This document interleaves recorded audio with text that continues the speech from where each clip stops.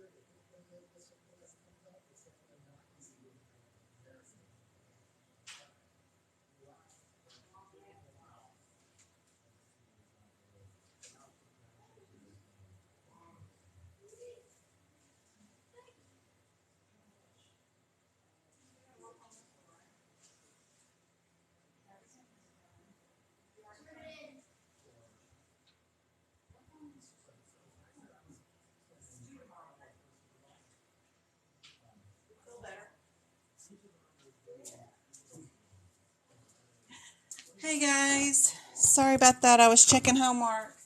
How's everybody doing? These kids. Good gracious, mighty me. Hey everybody, I've got some new E&Ms that we need to go over. Some new cases.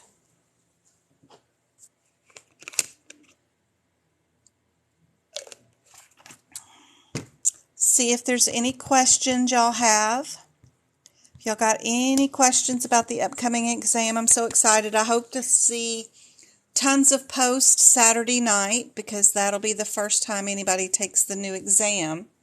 And if anybody did schedule to be the first guinea pigs on the 15th, we'll start seeing some posts around the internet about how it was and what they thought. So I can't wait to see those.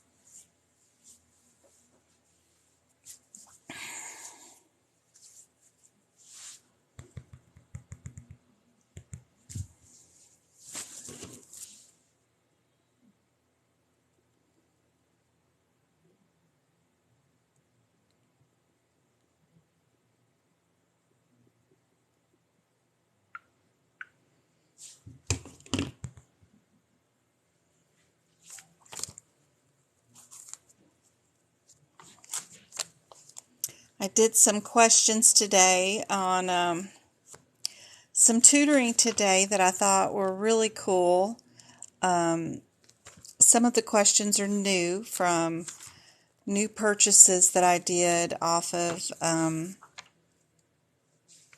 AAPC that I might not have ever really looked at before.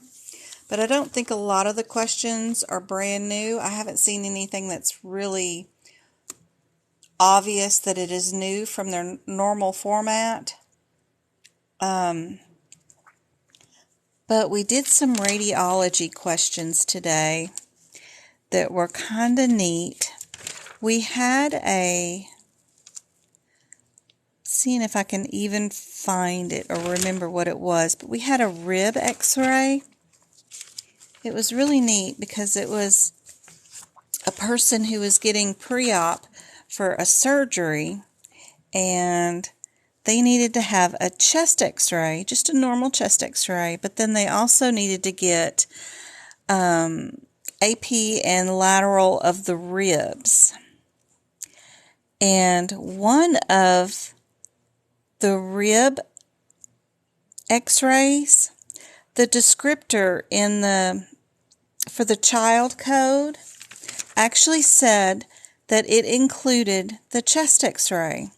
So right here, here's what I'm looking for. The CPT code 71111 is just actually AP and lateral, it's bilateral, of the ribs, but the child code includes a chest x-ray. So that's pretty cool. I thought that was neat, something I haven't really paid much attention to. I used to shoot x-rays back in the 90s before we all needed a license to do it.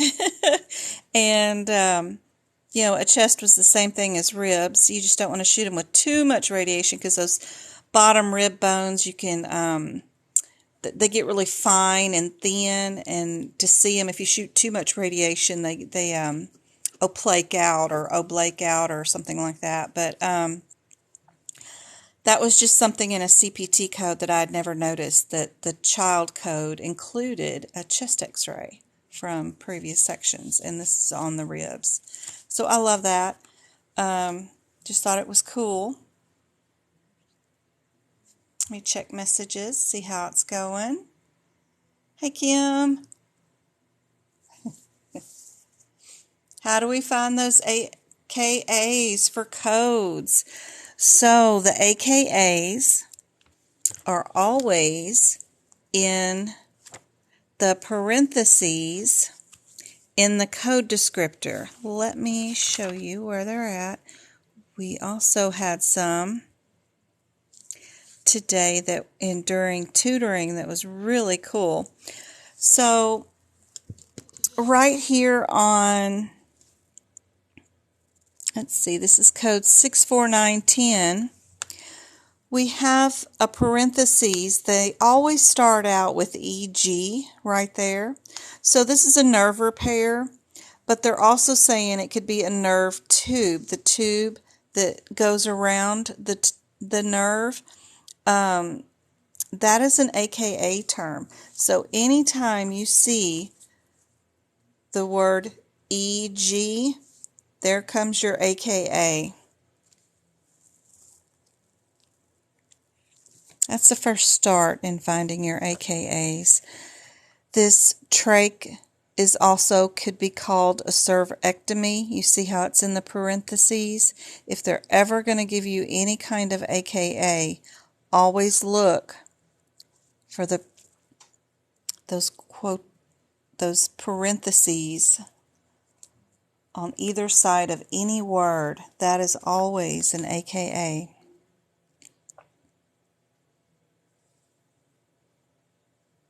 You'll also find them in the guidelines. You know, you'll code a section, they'll give you a little guideline, and then you'll code a section. They'll give you some AKs inside these too. And it will be obvious because they'll say, for example, for example, for example, and it'll be words. I did that the other day, noting some of those.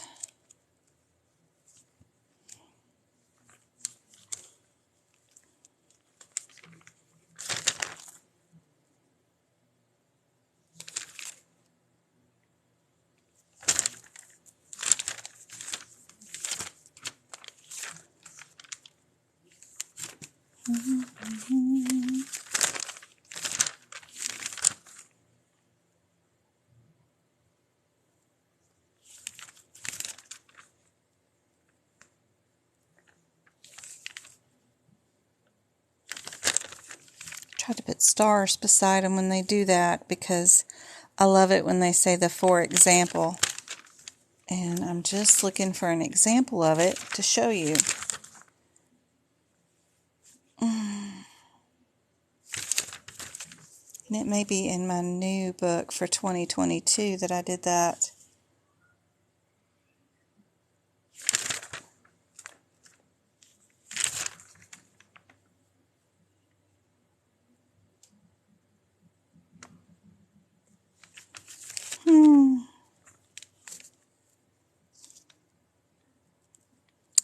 know it'll say it in here. For example.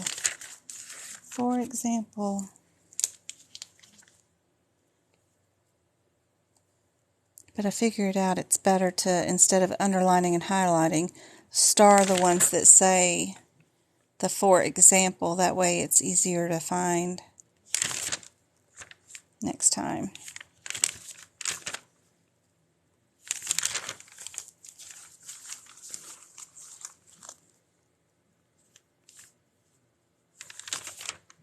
There's one. So this is page 91 of the CPT book from 2021. They'll do for example, and then they'll give you an example in the guidelines in the middle of sections as you're coding. I'll find AKAs in those description of that example that they're going on about. So this one they're talking about the code 11044. Some of the words they may have used in here in this example might end up being an AKA, and I'll go to that code and write it there if they did. Some of the AKAs are in practice exam questions. So if you have access to a course or any practice exam questions for the exam, when I'm going through the exam and trying out some of the questions, and they had used this code in a question 00567, and the question said they used a heart-lung machine or they used a cell saver, and the correct answer was this code. All I have in my descriptor is that this is a pump oxygenator. So when I was doing a practice question, if they called the pump oxygenator a cell saver or a heart-lung machine, and I did get the correct answer and I verified, then I'll put the AKAs in myself.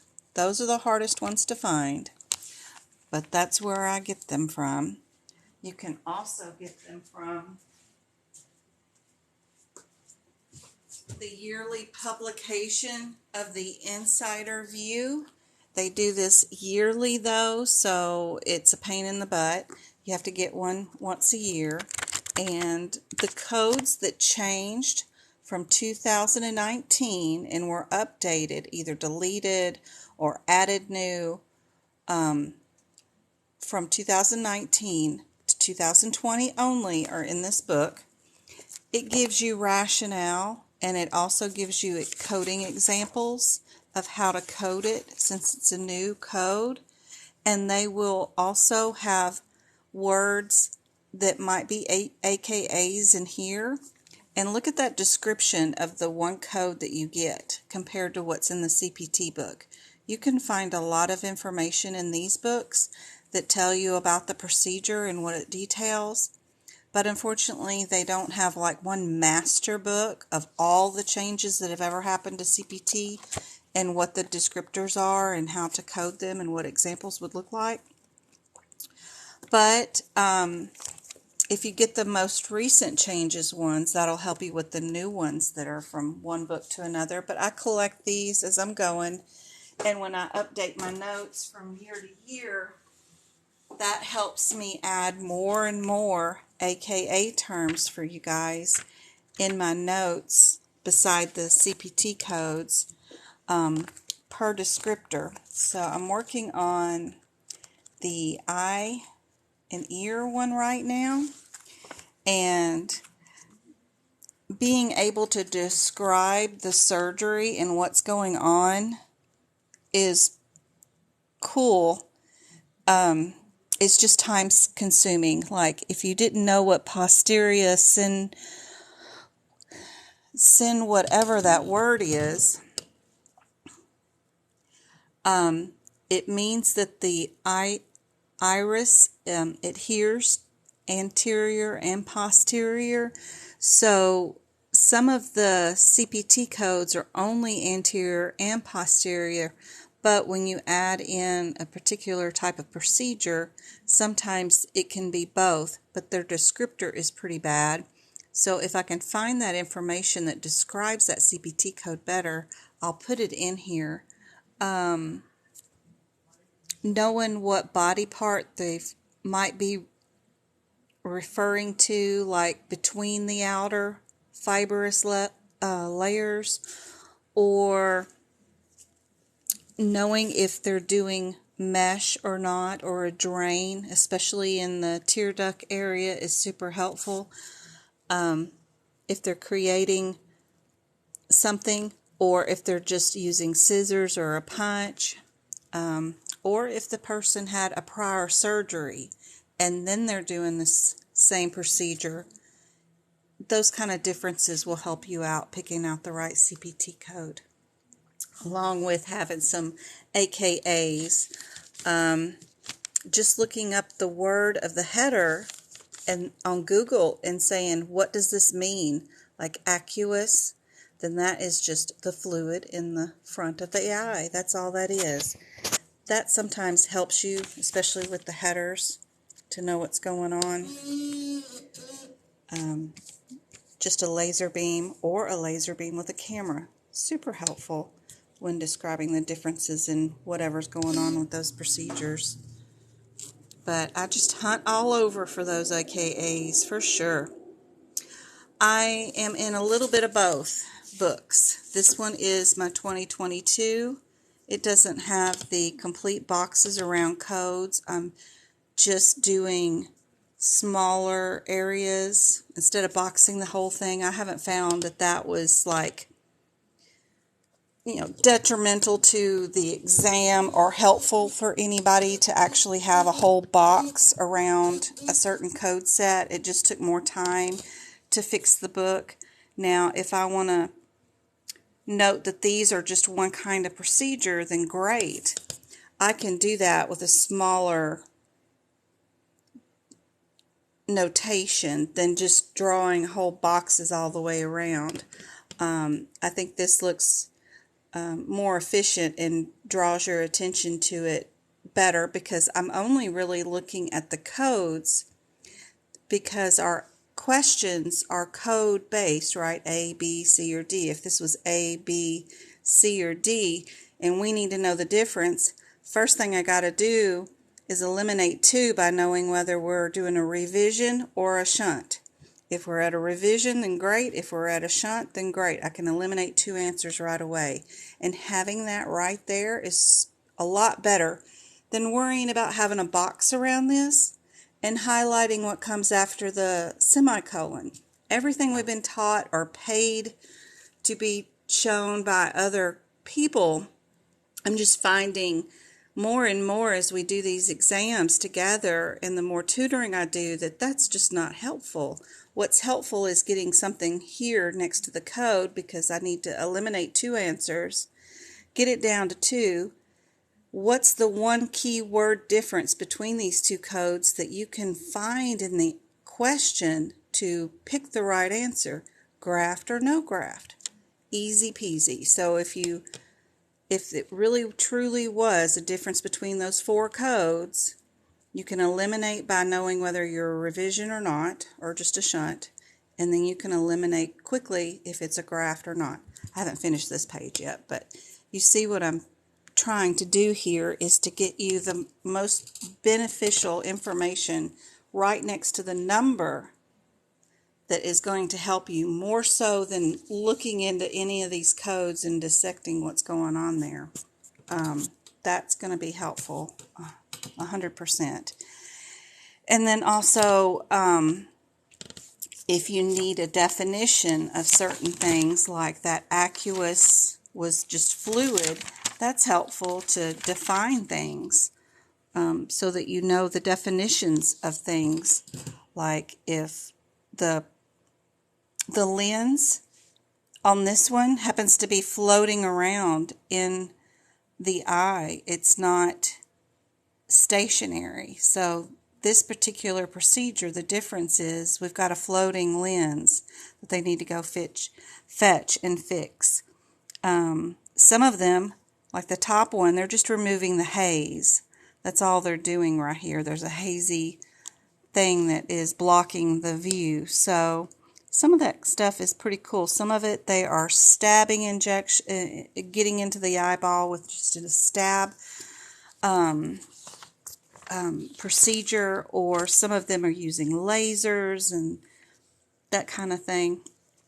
This one's just here to remove a clot. This one's to remove an implanted material, and this is to remove old wounds, just scar stuff from the eye. So that kind of information is going to be a lot better than boxing and highlighting and stuff. That's just wasting ink and everybody's time, I think. I hope. Anyway, we'll see. We will see. The clinical examples, too, that I've been putting in the charts, or the sections, those are great, I mean, for studying. But really, during the exam, are you going to have time to go look at the example down at the bottom of the page and review it while you're trying to code? I'm still putting just as many, and if not more, clinical examples for my 2022 notes. But in reality, for the exam, during the exam, you're not going to have time to look at them, so I'm just making sure that they're out of the way and not cluttering up your notes. But definitely we need to focus on looking at these examples before your exam. So if I had an example of a 79-year-old with this procedure and needed a shunt, we coded it with this one with the P1 and the 199100. That's all great and handy-dandy to have in the book, but during the exam, you're going to be hyper-focused on just the codes and deciding what's the difference between these CPTs, and having that information right there next to the code number that will tell you the difference between each one is going to be really helpful for sure. Anytime any of your practice questions give you a real name to a particular item in a CPT code descriptor, like this is the code for trans flap, it's like a given name or a proprietary name for an instrument or the type of procedure that's used, then and they're using them in the CPC exam questions, it's great to have that info and written there too. We were working on one today in cardiology. The one was a Infusaport. That is pretty cool because there's only one CPT code that is the name of that Infusaport. And if you ever see a question that has that word Infusaport in the middle of it, you know the answer is only one particular CPT code. You might need to answer if it's needs radiology or not, or some other questions to eliminate your answers. But you know, if you find an answer with that CPT code, you've got the right answer. This one right here, the 36560, is aka Infusaport. And we find that information because there's a practice exam question out there with that name on it. It just doesn't tell us in the CPT code descriptor. And so as you're working through those practice exam questions, you are absolutely welcome to write down any little bit of information that might mean something along with those codes. One other thing about those practice exam questions, if you do buy them and you want to work in them and you are waiting to practice with them, when you have time to sit down and do 50 questions at once, you know, you need to have the dogs put away, you need to have the kids sleep upstairs, and then maybe you'll find time to do your practice exam questions. Well, you really don't need to do that. You can go right in here, even if you could only do, let me go open up another page real quick. Sorry. because I don't want to move out of that exam I was already on.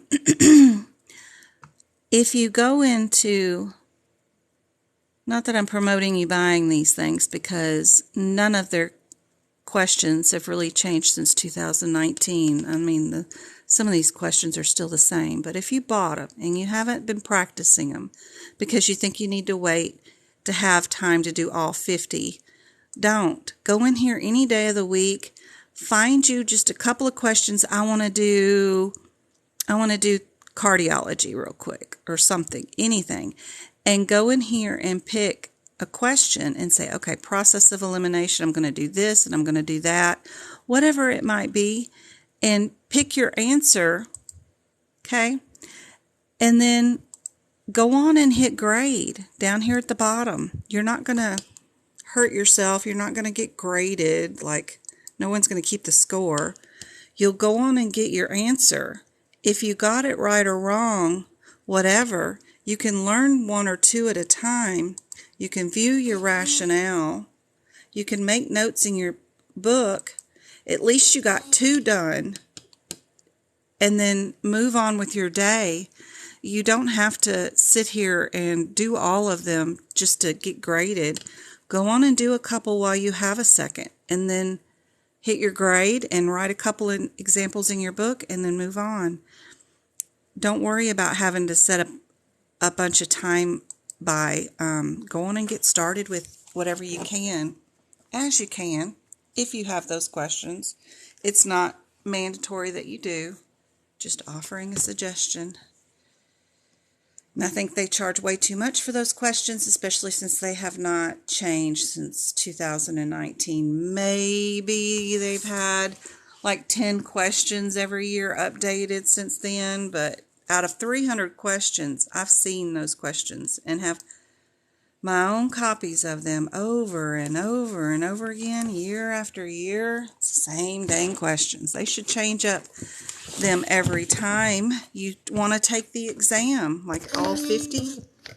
It would be nice if they did that so that they would rotate in and out, and every time you took the exam, you never knew what you were going to get. If they have this big, massive pool of questions, why can't those rotate? They do in the courses. When you take the courses, if you fail one exam and want to repeat it, about 30% of the questions cycle out and get new updated questions. There's a lot of them. 70% of the questions at least are all the same from the last time you took the exam, but they might be rearranged in different orders, which is all good so that you're not going A, B, C, where the answers are. I wish they did that with those 50 that you buy, because with $500 or whatever you got to spend for them, they ought to have that function too, instead of the same 50 questions over and over again. All right. Check messages here. Hey, Kimberly, again. Another Kimberly, second one.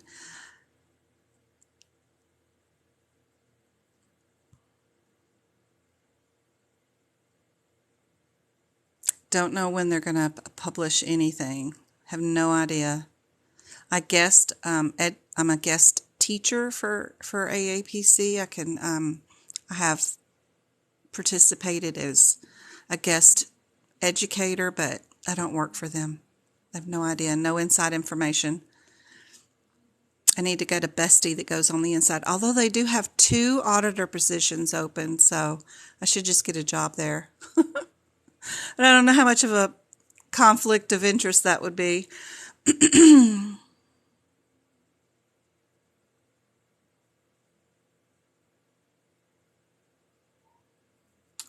Above the knee amputation, it seems like it's musculoskeletal.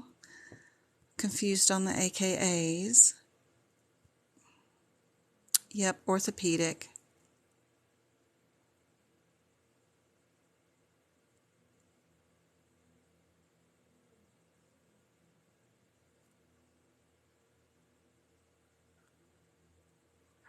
I have a list on Etsy that will give you the list of all the new 2022 CPT codes that you can add into your 2021 book so that you don't have to buy a new one.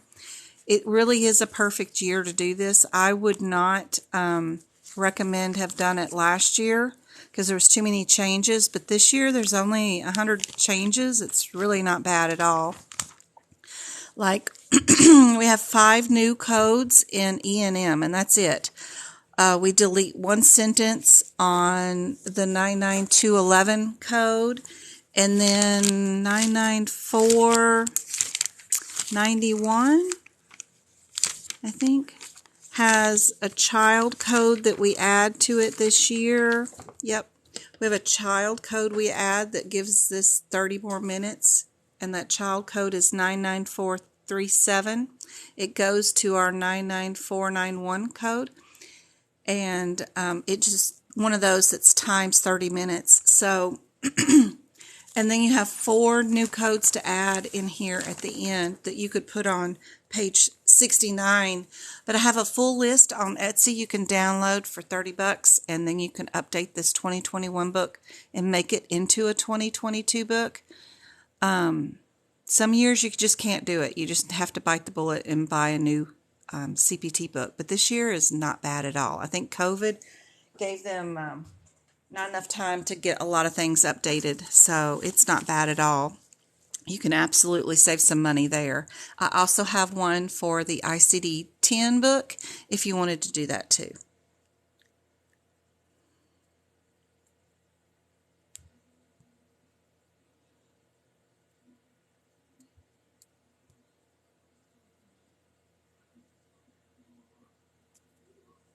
Yeah, you used to work for the eye specialist. It made you appreciate the eye so much.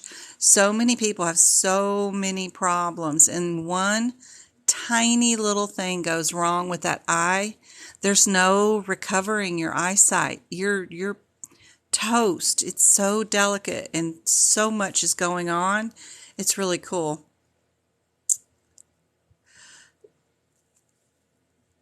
What they call it, Infusaport. Some doctor probably named it Infusaport. Some manufacturer manufactured that shunt or port system and gave it a name, and everybody's been using it ever since, so it's kind of fun. How do we get into this practice? Is this on AAPC site? Do we have to buy it? My notes for my books are on Etsy, and the practice questions are on the AAPC site to purchase, but they're super expensive. Don't do it unless you have money to spend on it. Other than that, I will share questions with you, and we will do them during this live. I have a bunch over here we'll do in just a minute. But yeah, super expensive. And they don't update, and you get the 50 and that's it. So I wish they would update. I'm working on building a website where I can add them in and add my own in, actually, and have them rotate and never be the same questions. You can go in and do 1 or 2, or you can go in and do all of them if you had the time to sit there and do all of them. But I'm working on it with a website developer so that we can get these a place where we can house everything all in one place, including our lovely little chat room. I hate that everybody has to find me on Messenger, and it seems to be, and it's such an issue. I have to add people manually one at a time if I can find them. Even after they've asked me and attached their name to my name, it's still challenging to do all of it and get it all done quickly and efficiently, and get everybody in there that I need to. I'm sorry, I'm trying to find the list of all my websites, and of course I've saved so much this week I can't find anything. We've been working so hard at all this stuff. It's been fun, but it is a challenge to get it all done.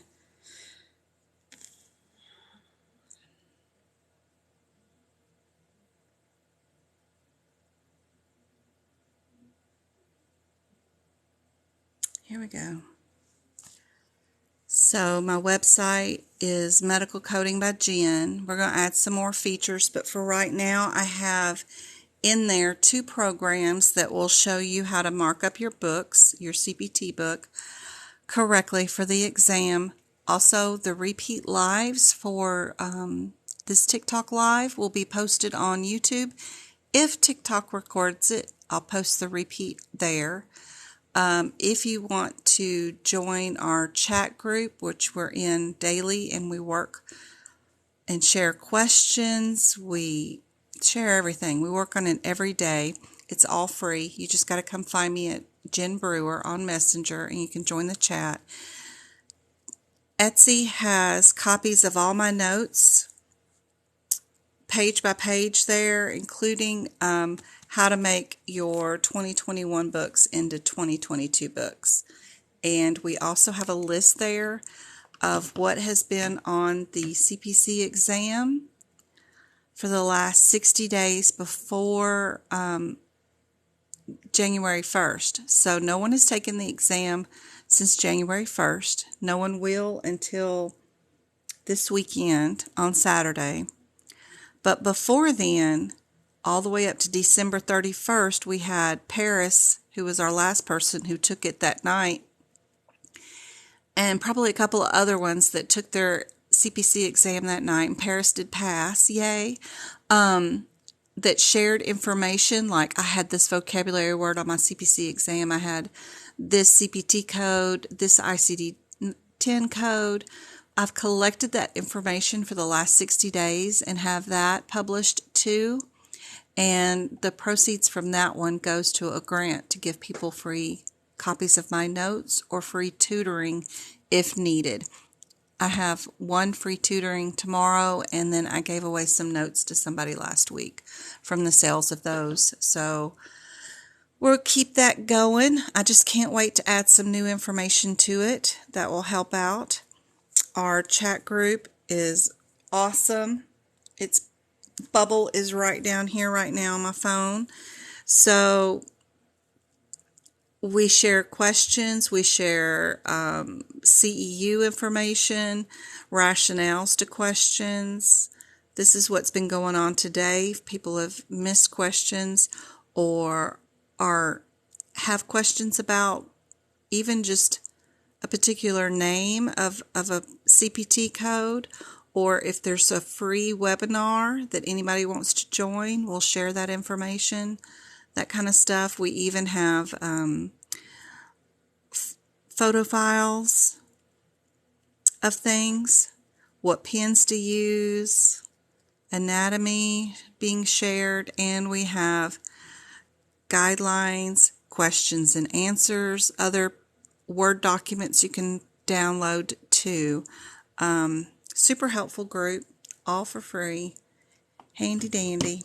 But what I wanted to share tonight was some more E&M cases, because we know our CPC exam changed to where we're going to have 10 questions that are cases that they want us to answer. There's still going to be multiple choice. We might have more multiple choices than just 4, but their main focus is without the MDM and without a time, how would you code a particular visit during the day? And I have 2 more new cases that I haven't gone over yet on a live that I wanted to go over tonight.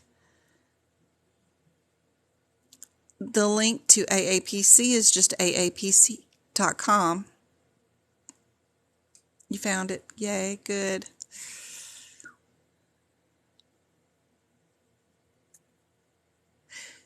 Yep.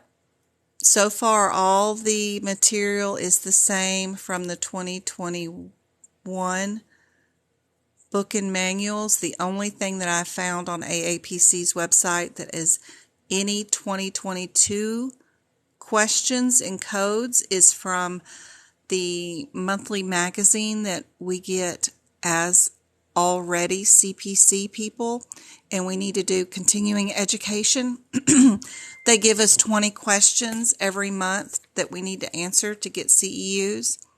And my January 2022 questions do actually have some 2022 codes in them. And I have them, a couple more examples tonight on this document I made where we can do some practice exam questions. And one of them's definitely based off of 2022 codes. They're slowly putting out some new material, but nothing yet.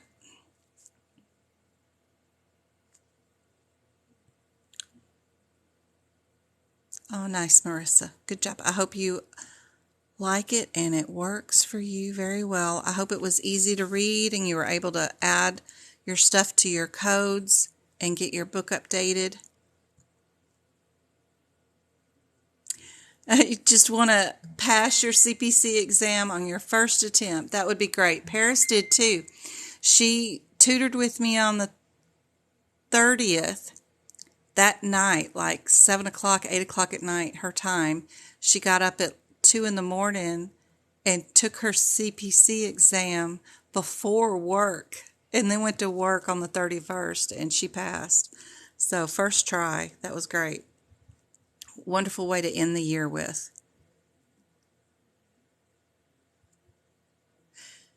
Not everything is the same, so like on 9/9/11, that nurse visit, they deleted one sentence for 2022, but all the rest of the codes are pretty the same.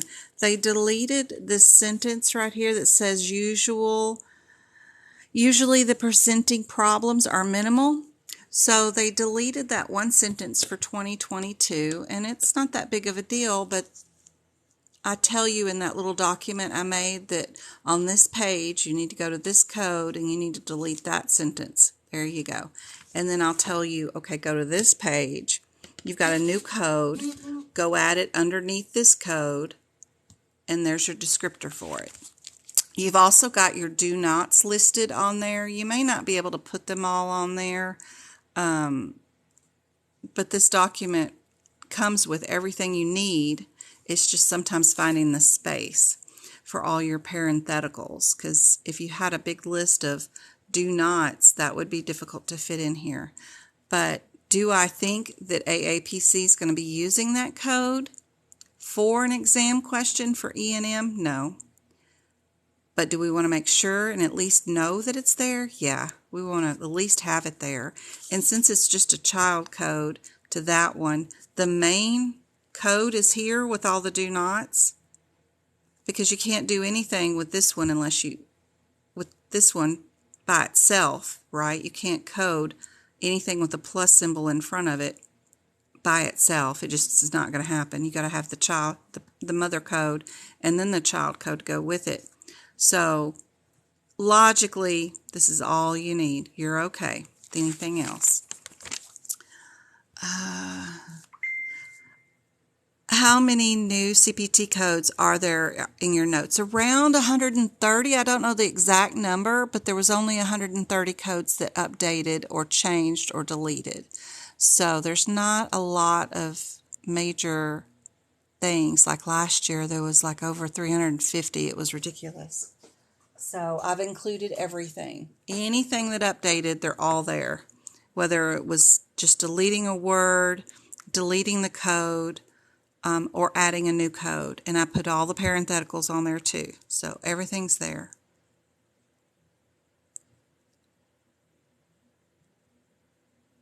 Yes, all my recordings are on YouTube if they recorded. I missed, there was like a month long in November of 2021 that they just did not save anybody's, not just mine, but any creator's lives. And they were updating their system or something. So there's about 3 weeks there that do not have any recordings. Every once in a while they don't record, but they seem to be back on track now and recording them, and then I post them the next day because I just need to download the recording and then post it to YouTube. I'm working with a website developer so that we can do this more efficiently and save my lives so that they are uploaded to the website or YouTube instantly. I just don't have enough time to research all that. I could do it.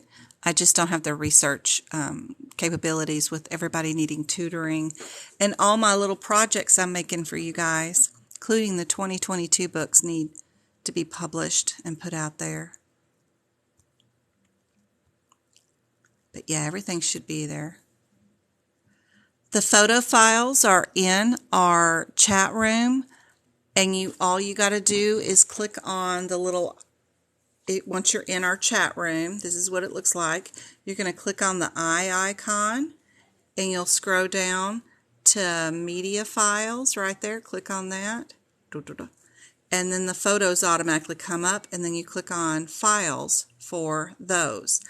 Now, if you've not been a member with our group, you will only see the ones that have been shared since you were a member. So if you need any files republished in the group because you haven't been a member in the group, we can republish those so that they appear for you. We just need to know that you haven't been there and that you need more files published. But yes, all that's free. Our chat room, our files that have been shared inside there, but everything that's on Etsy is just my work that I did for you guys. And if you just need page by page of everything, then you can get it there.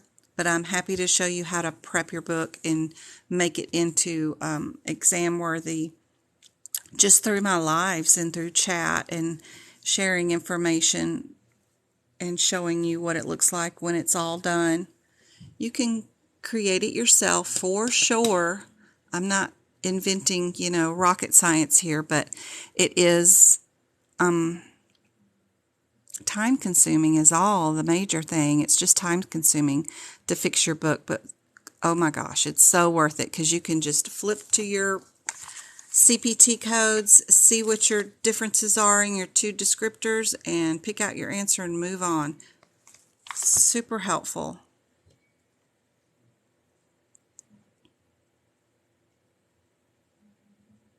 So the group, to find the group and get added to the group, you first have to go find me first.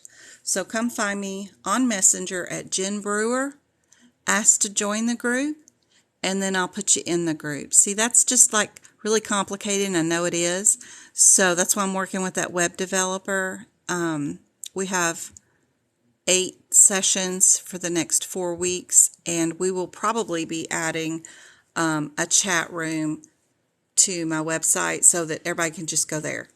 And then we'll have chat there. We'll have all my files there.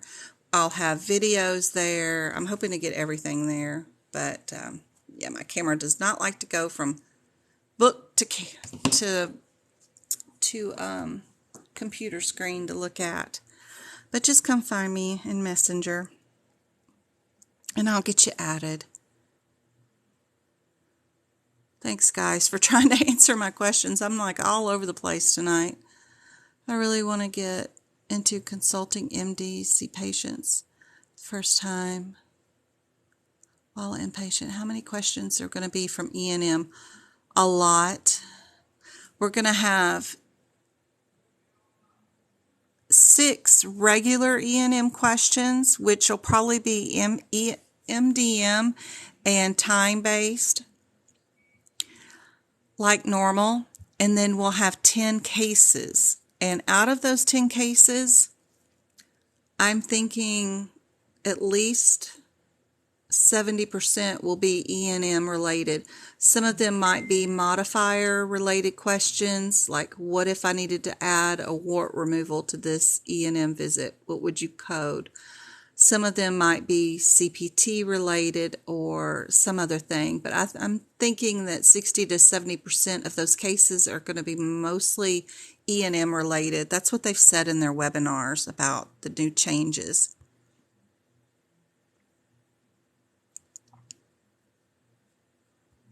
Y'all are so good trying to answer all these questions I'm not getting to in the chat. That's great. Yes, you can have a tutoring session with me. All you got to do is go to Medical Coding by Jen and schedule it. I do tutoring Tuesdays and Thursdays and Saturdays. And then I do lives normally on Monday, Wednesdays, and Fridays. I had to switch it this week because the boys were getting their vaccines, and it just took, we didn't get home till like 7:20 last night, so it was crazy. I was late getting home. Tutoring is so much fun. It's just like what we're fixing to do. I'm going to show you my computer screen in a minute. We'll go over some questions and answers just like it's a real practice exam or just the real CPC exam. And I'll have you answer the questions. You have your book and you'll answer the questions, and then I'll show you tips and tricks on how to get to the answer faster. It's really fun to do. Teach you some guidelines along the way, why the answer is the way it is, all that kind of stuff. Super helpful. Yes, you can download Messenger without Facebook. You don't even have to attach anything real to it at all. But that group is really helpful because there's nothing better than somebody in our group coming back from taking their exam and saying, oh my gosh, there was this on it and that on it. And just knowing one vocabulary term might be the difference to help you pass that exam. So it's super helpful. Our little group is great.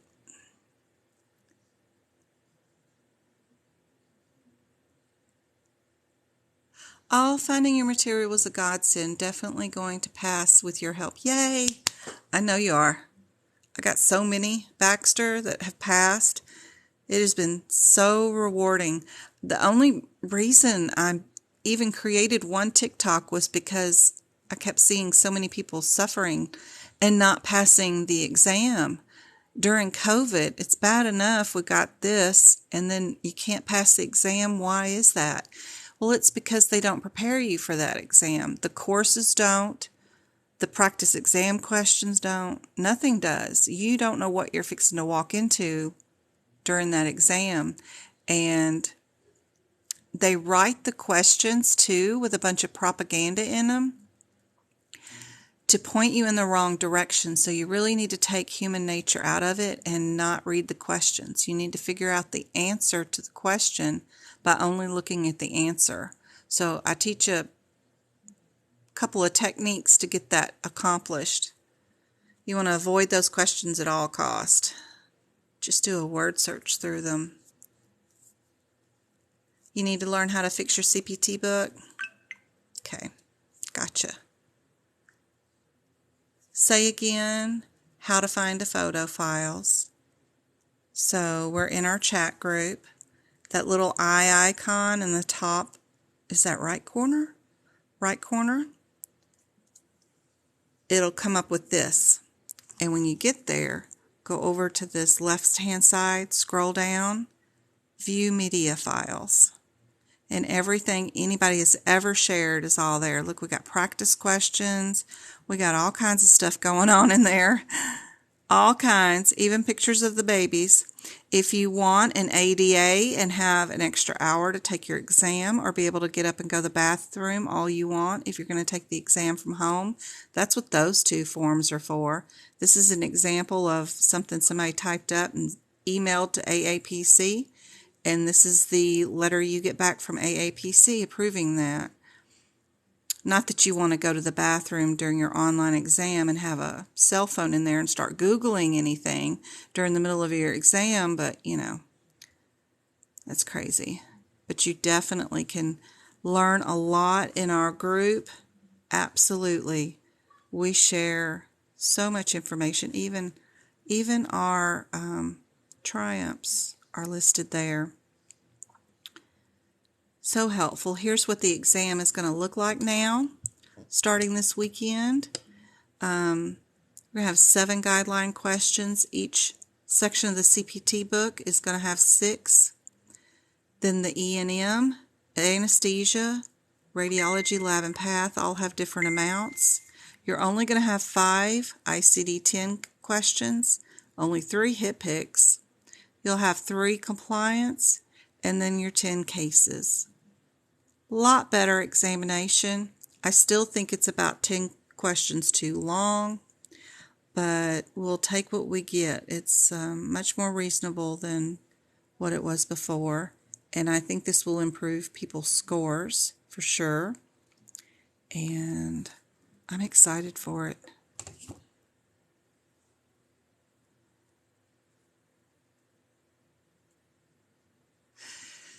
You must, it says it doesn't show media files on mine, it just shows view photos. I don't know. Everybody else in the group can see the photos. Let's wonder, what does mine say? Mine does say that too. It just says view media files. It doesn't say show media files, it just says view. Yeah, that's what you want to do. You want to click on view. That's perfect. And then you can see all the files. Sometimes you might not be able to see everything that's ever been shared in the group. I mean, we got a long history of files.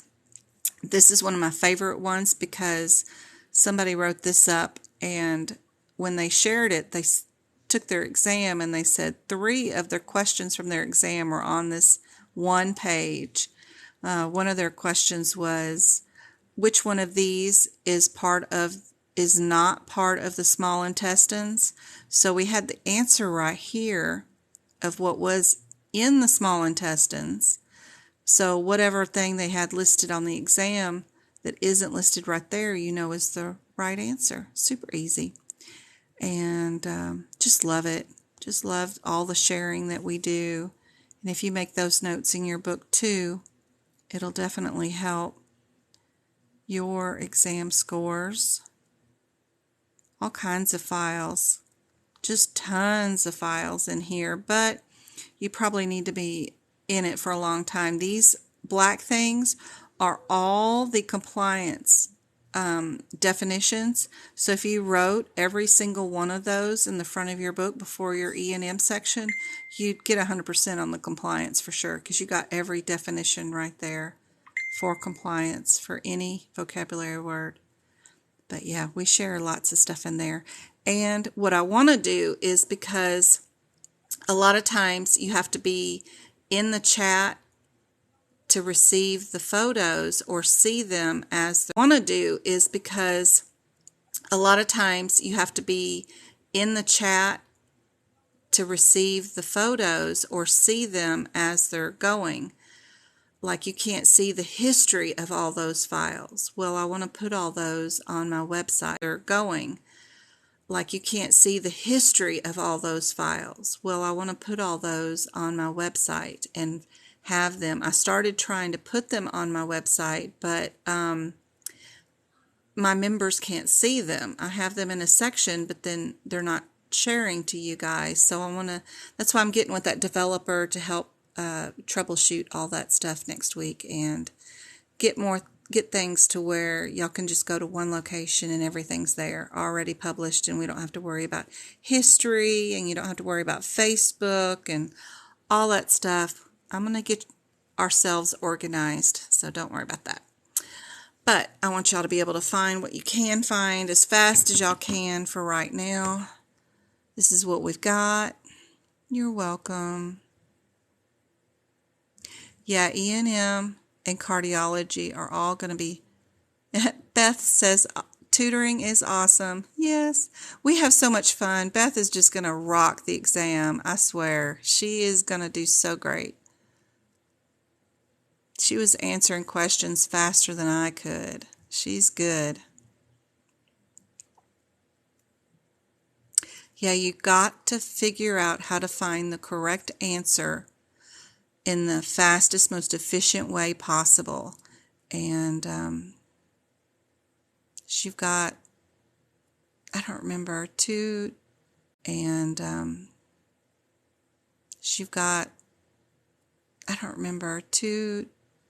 minutes and a little bit left per question. It goes by so fast. I know somebody's taking their exam like Tuesday in here. Not this weekend, but like Tuesday.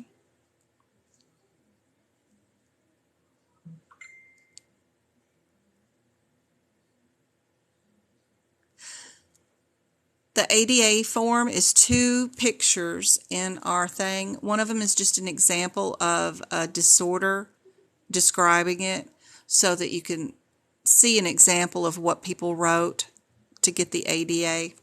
So one of them is just an example, and then one of them's the email they got back that they need to show to the proctor who's given the exam. So if you do get an ADA and you are taking it online, you'll just need to show that email to the proctor so they'll know to let you up and let you go to the bathroom or whatever during your exam. The process, I'll show you the process in just a minute.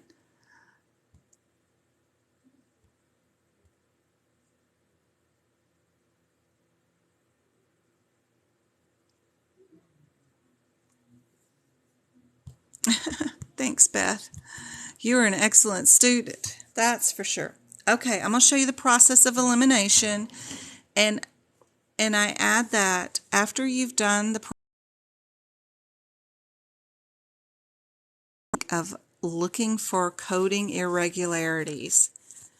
Once you've done that and eliminated answers by the process of elimination, then you've done your eliminating the coding irregularities. Say you have modifier 24 with 99213. You know the 24 modifier over here is for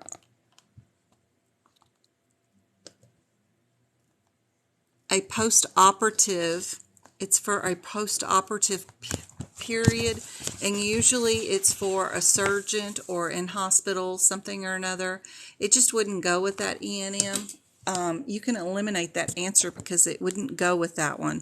Or if you see a 99-something-17 with a 99214, you know you can't do a prolonged service on a lower E&M code. You have to always do that with your 99215 because your 99215 is the bigger minutes. Anything lower than those minutes, you would do a lower code. So we do the process of elimination. We also look for coding irregularities. That usually gets you down to just 2 answers that are possible for the correct answer, which gives you a 50-50 shot of answering the question correctly, which is a lot better than even looking at a question and only having one of 25% chance, right? Then what you do is you go look up your CPT codes. You see what the differences are in those CPT codes with one word, if possible, just one word. This one is more than 30 minutes. That's if I was looking at these 2 codes, I wouldn't even look at the parent one. I would just look at the child one, and I'd say anything that's greater than 30 minutes, I know it's going to be this answer. Just an example. And you go to your question, and all I'm looking in my question for is time, because that's the only differences in my answers that I got to look for. I'm not looking for who the patient is, why they're there, what their diagnosis is. I could care less about post-op or when they need to come back. I'm not looking for none of that. All I'm looking for is the time. How long did they spend in that visit? And I'm moving on to my next question. We are eliminating all the garbage. You're not a coder during the exam. You are an exam test taker, and you are doing it the most efficient way possible. Number one thing that you need to remember is to never, ever, ever, ever, ever look at the question first, ever. And I even made a mistake of doing that the other night during my last live, especially in these cases, because I get so excited about I have new examples, and we know we're going to have these cases that we need to do as our last 10 questions. I evaluated all those cases before I went to my answers. I don't know how many people noticed that. And then I'd get down to my answers, and as one of my examples even was, okay, well, if this patient also had a wart removal, what would be the E&M visit? Didn't even ask me to do anything with the case at all. I didn't even have to read that case. I could have just went straight to the answers. So number one, and don't let me forget it either, is to never look at this question. Don't look at the question. We're going straight for the answers first, is what we must always do, because we need to see what we're being asked before we can look at our question to see what's going on. So with this one, what do the codes tell us is going on? This one with the O and the 2 we know is a new patient, right? New. This one is established. I'm just going slow to show y'all my process. I know these 2 are wellness exams.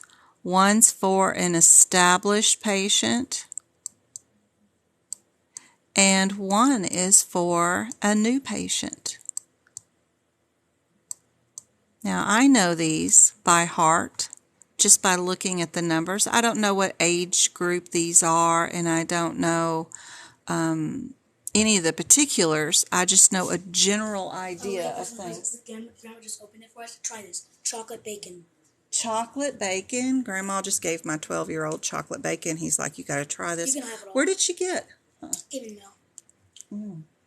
This is weird. Did she? Was a thing. Mm-hmm. Did she order any barbecue to go with it? Okay. Don't throw it away, Travis. Okay, now that I have bacon in my mouth, y'all gotta hold on just a minute.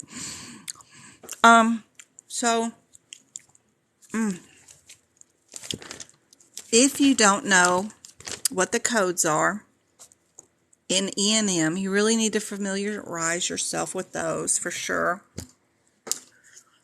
So, these established wellness exams or risk assessment exams are just annual exams. So if you have a newborn, a 1-year-old, you could even be 60 years old and need to come in for a wellness exam.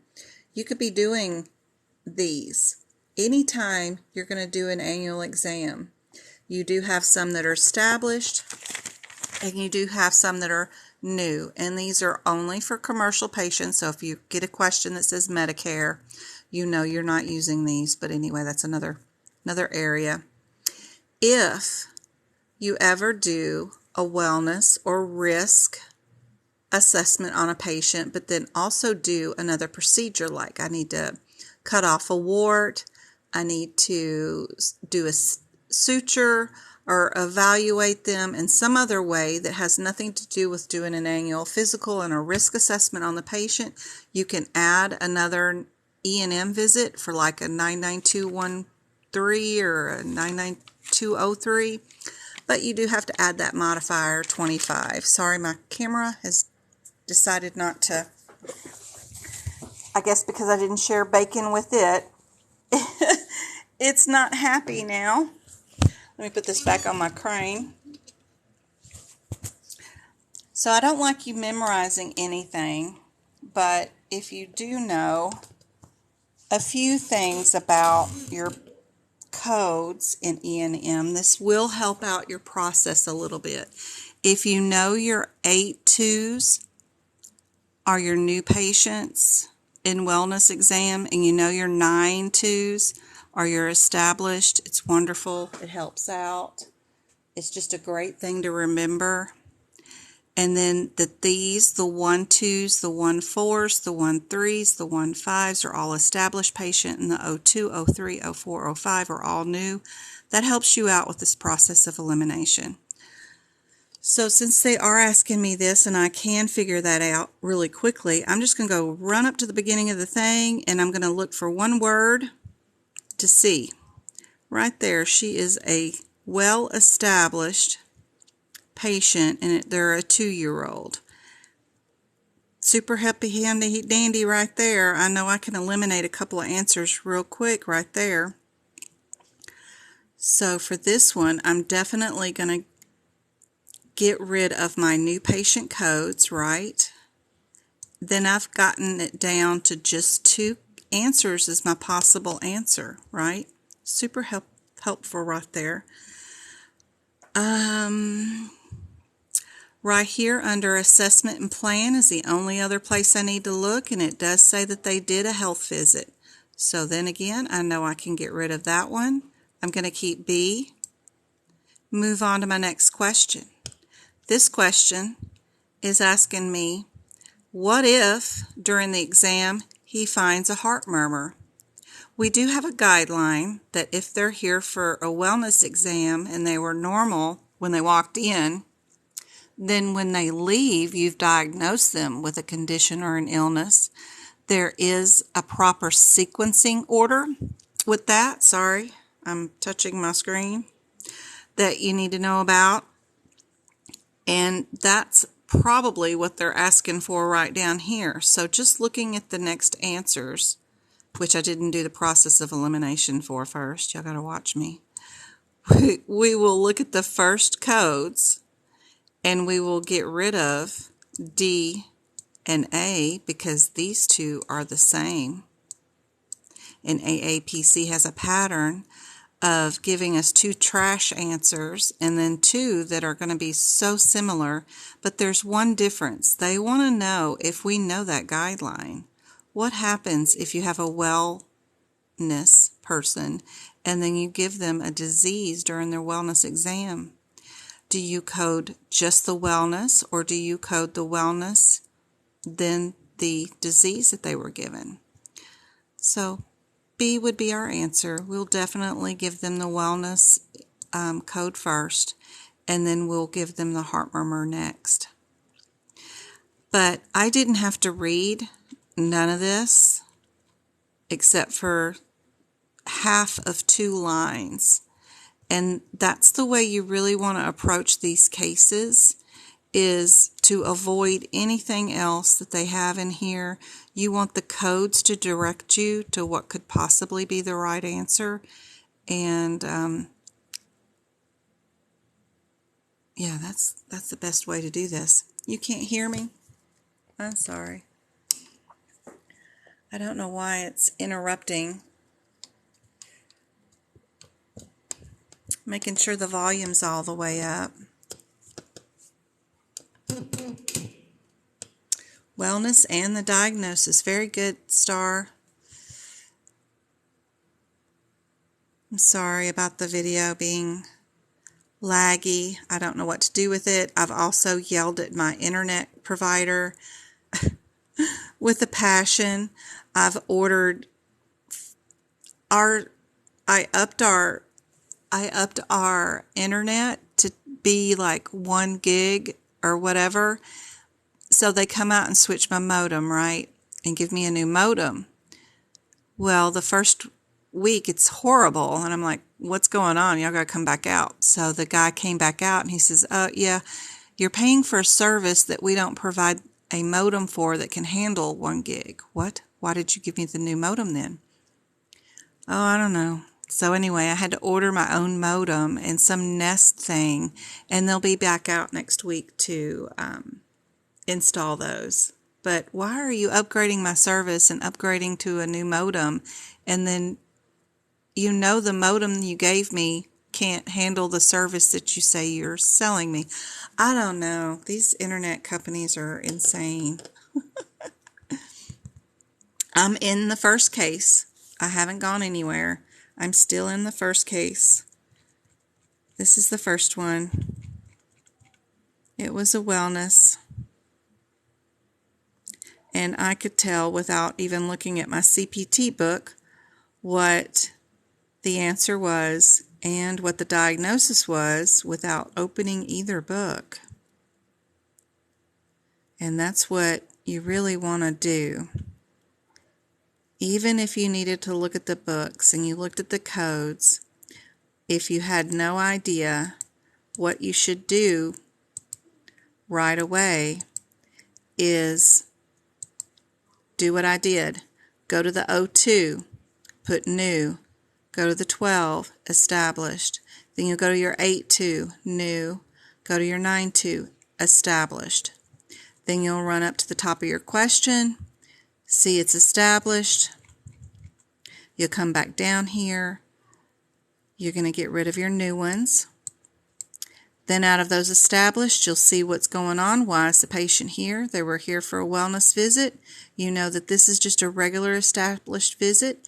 And you'll see that this one, that CPT code, is under risk and wellness, that this one was for risk. So even if you don't know and you need to look them up, go do it. That's still going to help you. And then for this one, process of elimination, always pick if you have, and don't ever look at your second code. Isn't that right? Only look at your first one first, please. And if you have two that start out with the same answer, 99% of the time, not always, but 99% of the time, it's going to be a difference between those two because they're trying to see if you understand a particular guideline that is attached to that. Only look at your first code and pick the two answers with the same code. Whether it's CPT, ICD10, it doesn't matter. Pick that. Those two, eliminate the other two, and then see what the difference is. Can I code that one with that one? Think about it rationally in your head. Do I have one diagnosis in this question or two diagnoses in this scenario up here? Very helpful. Here's your rationale for these and your answers. So we've got that the 99392 is a preventative visit, which is a wellness, like I've said, and because she is, or he is, established patient, we will definitely keep the 92. For the diagnosis code, there is an official guideline here at that obnoxious number. It is ridiculous that during a routine exam, any kind of general exam or wellness, should a diagnosis or condition be discovered, it should be coded as an abnormal finding. So we need to make sure we actually diagnose them with an abnormal finding. Yep. So we don't need to leave that off just because they were there for a wellness exam. It's funny how they have to write a word or make up a guideline to tell us to diagnose somebody with something. It's funny.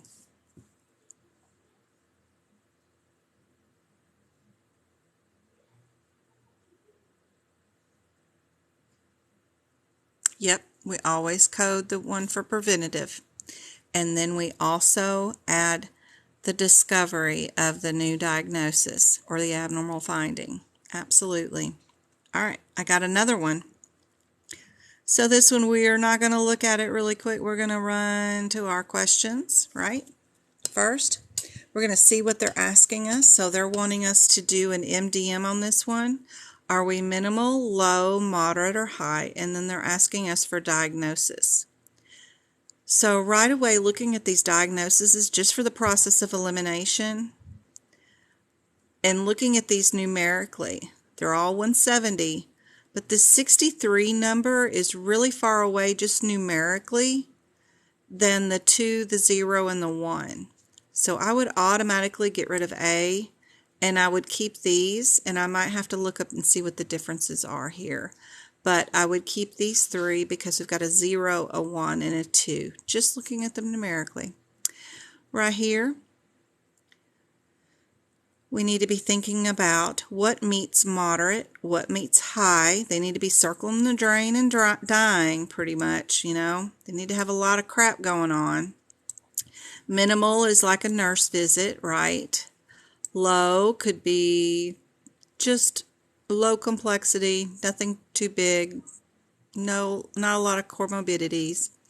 And then moderate could be a more difficult case. So let's go up here to the beginning of our case. Whoops.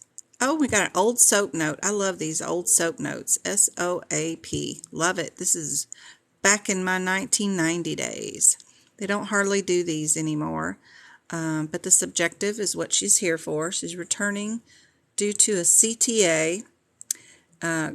So she's got an aorta and extremities. Oh, Lord. All right.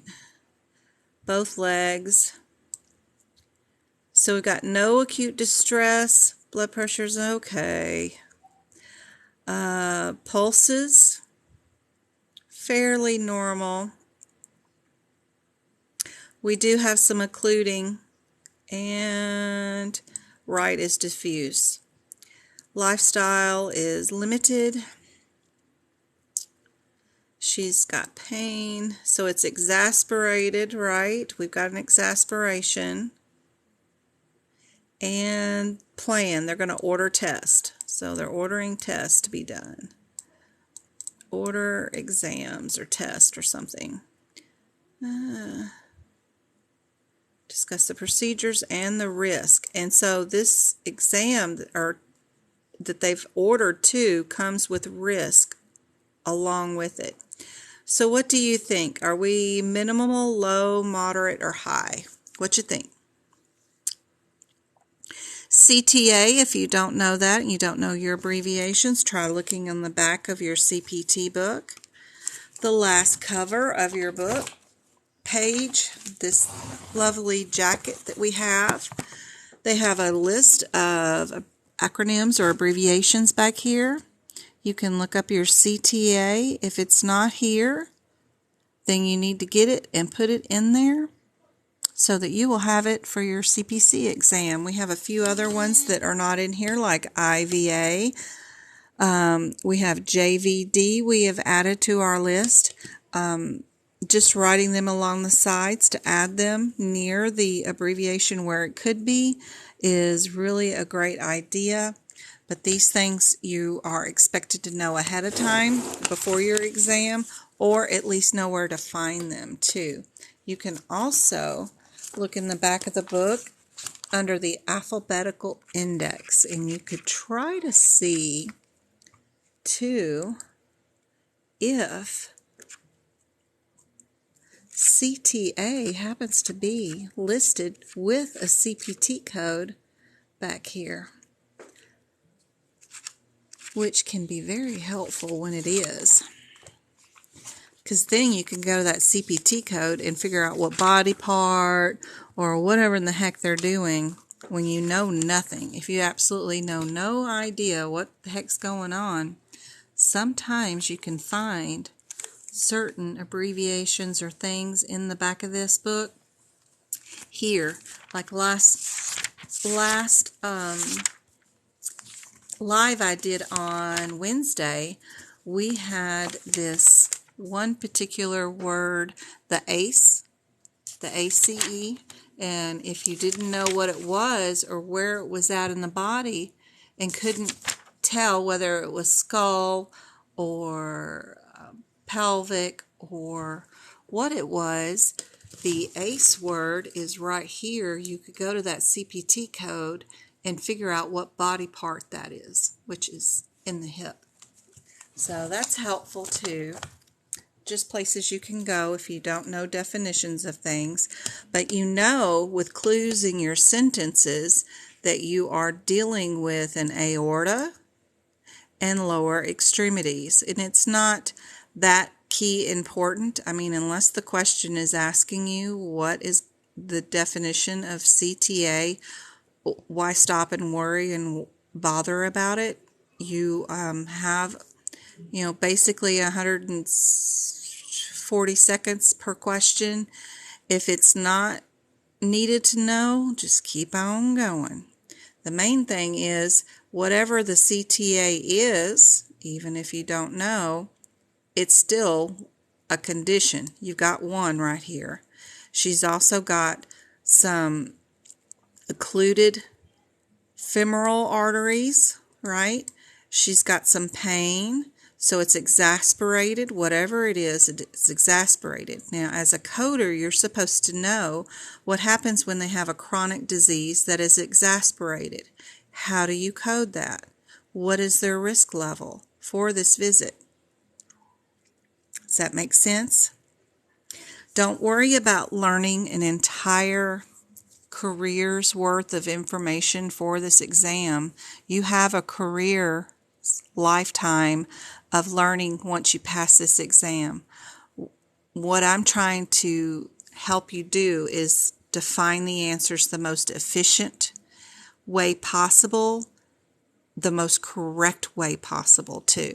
So getting into every detail of these E&M cases will just slow you down and slow your learning process down.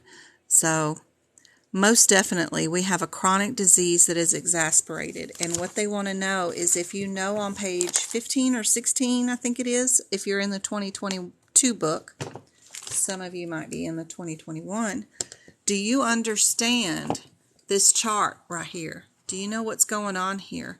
And what happens if you have a chronic problem that's exasperated? And if you know, you know, right? We have probably the exasperated, the one chronic one that is exasperated. If you know that, then you know it's moderate. Then you've got your low and you got your minimal. If you understand this chart, that's what they want to know. So we've got 1 and we've got exasperation. There is nothing else around here that says 1 and exasperated.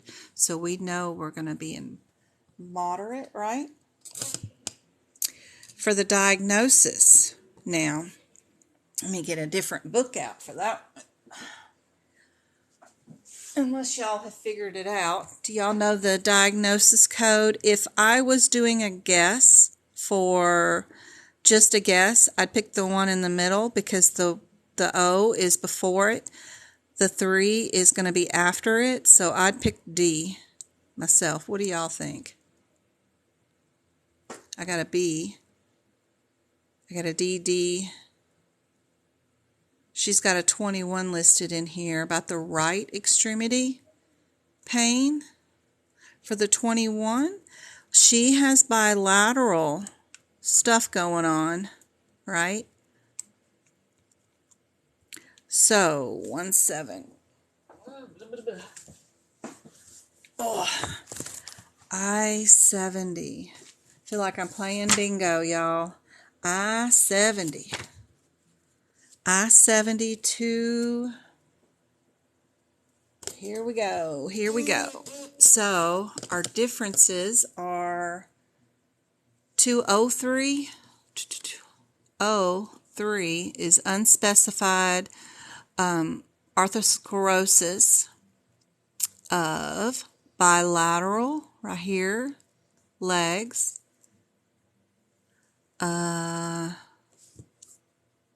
This one is bilateral of the legs. 2, native arteries, intermittent calcification. So we need to figure out her calcification. I don't have that one underlined over there.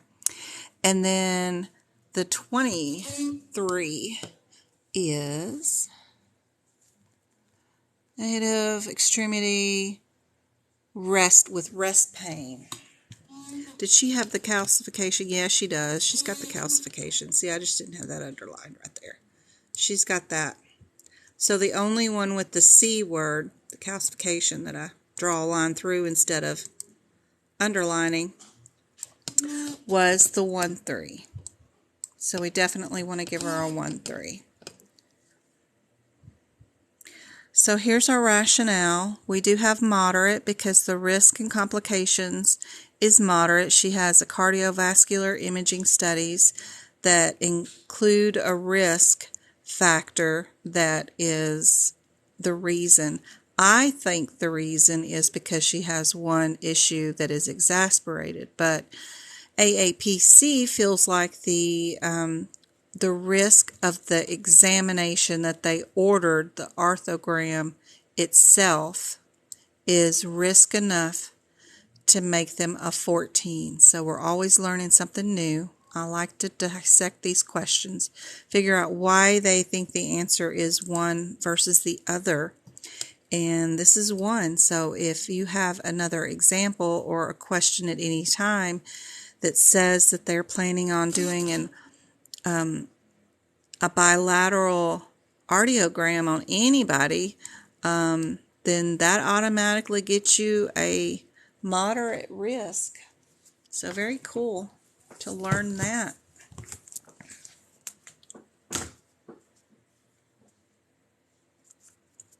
check messages real quick.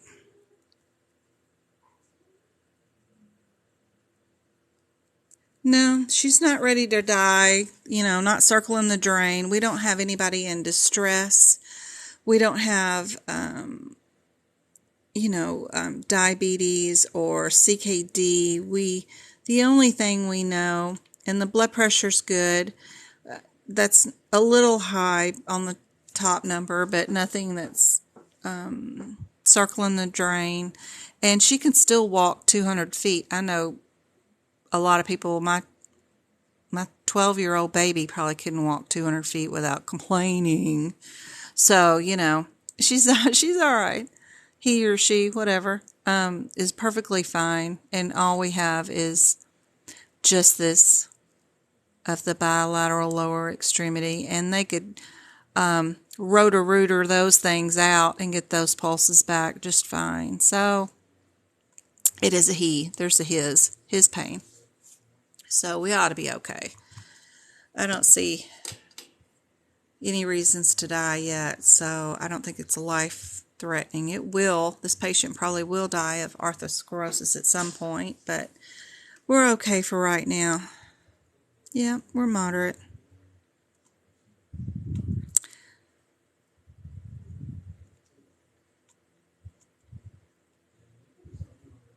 All right, I got some more new, neat, interesting questions that are new for 2022 coming up.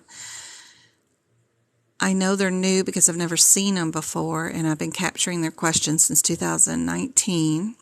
And some of them are actually on the 2022 stuff. So here's a couple of examples of how they're writing some of their examples. I reversed the order where we only see the answers first. I like that first.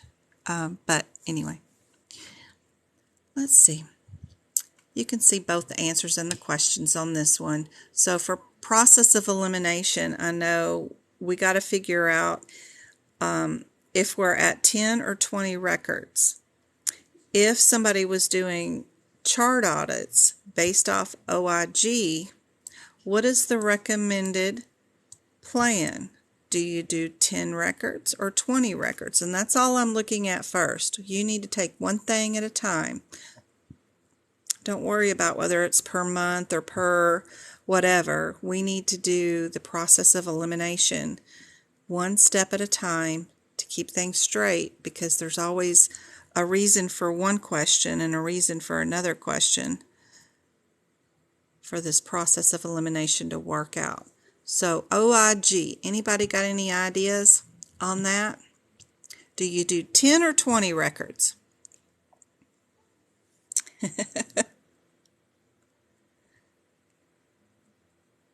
Marissa's chiming in. She is super helpful in the chat.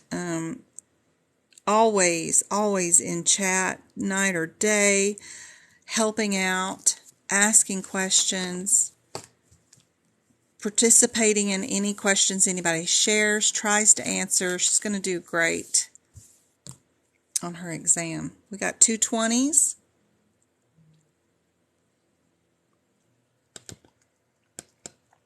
Oops, sorry. My thing is moving all out of the way. Well, you'd think.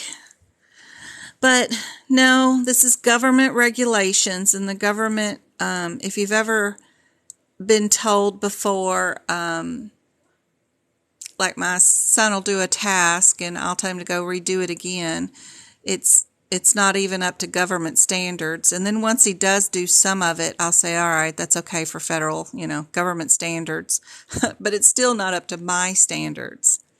They only, really request just 10 records. So something to learn today. And now you need to decide whether they want 10 a year or 10 a quarter. What would you feel comfortable with as a patient, is one answer. But what does the government require? We've got C.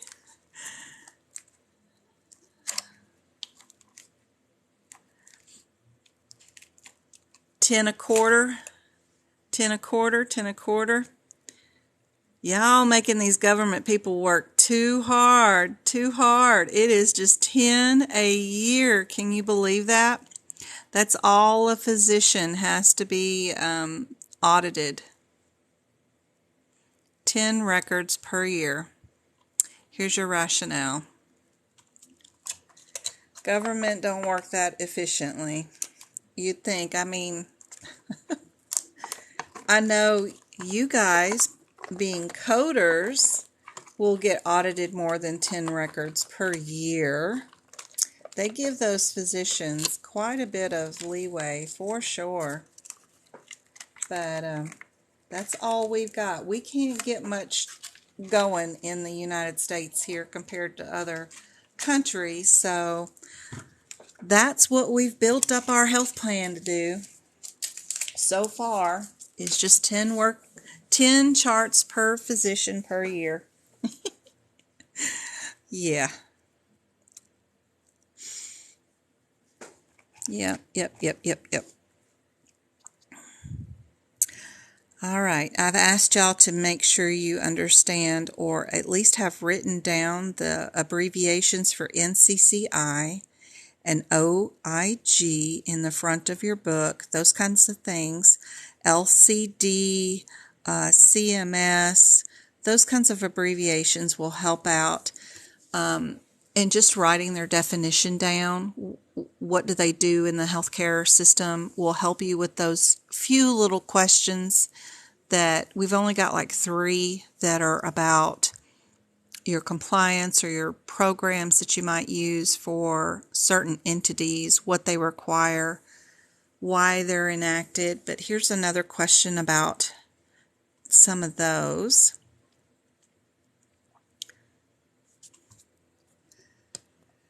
So if a provider receives a denial on a Medicare claim due to lack of medical necessity, which resource is valuable tool for the provider to limit denials for medical necessity?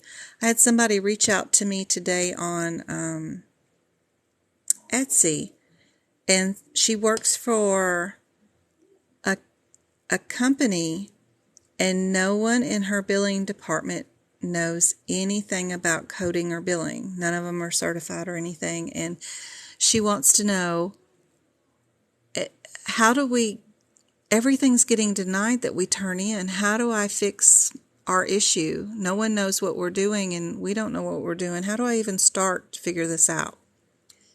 And an LCD is what she needs. She needs to look up her LCDs, that will give her local determinations of the medical necessity for any procedures in her area. And if procedures are not meeting those guidelines, and it's written out in black and white with the CPT codes, what you need to meet that qualification for that, then that'll help a whole bunch. Plus her EOBs with the denials on the end. But I'll be working with her soon probably to help her figure out. But be sure you know at least the basic information. So medical necessity goes with your LCDs, right? Very, very good. Very good. So here's your rationale on that one. Your LCDs, that does mean your local coverage determination. Very good about typing all that out. And it includes your coverage information, while articles that'll show you things about it. Super helpful if you can get access to them.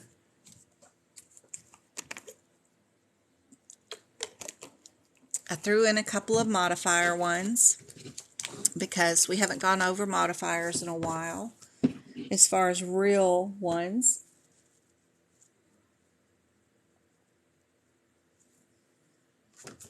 So our next question asks, which one of these scenarios illustrates an appropriate use of modifier 24? So if you look at the front cover of your CPT book, it says here that 24 is an unrelated evaluation and management service by the same physician or another qualified healthcare professional during a post-operative period. So you got to think about global days. Just looking at these from the process of elimination, I like the 3 have surgeons, and we've got the one lonely physician here. The surgeon determines, blah, blah, blah. A surgeon who made an agreement, blah, blah, blah. A physician who admits a patient to a skilled facility, or a surgeon who provides a surgical procedure for a Medicare beneficiary, blah. I don't know if that even matters. About insurance and globalization, we do have 2 Medicares listed. This one says Medicare. That one says Medicare. We do have the word post-op right here in this one. We do have the word global period in this one. So I would pick the one with the global, right? Because they're asking you about global. What about you guys? Can't read them. I know they're wordy question.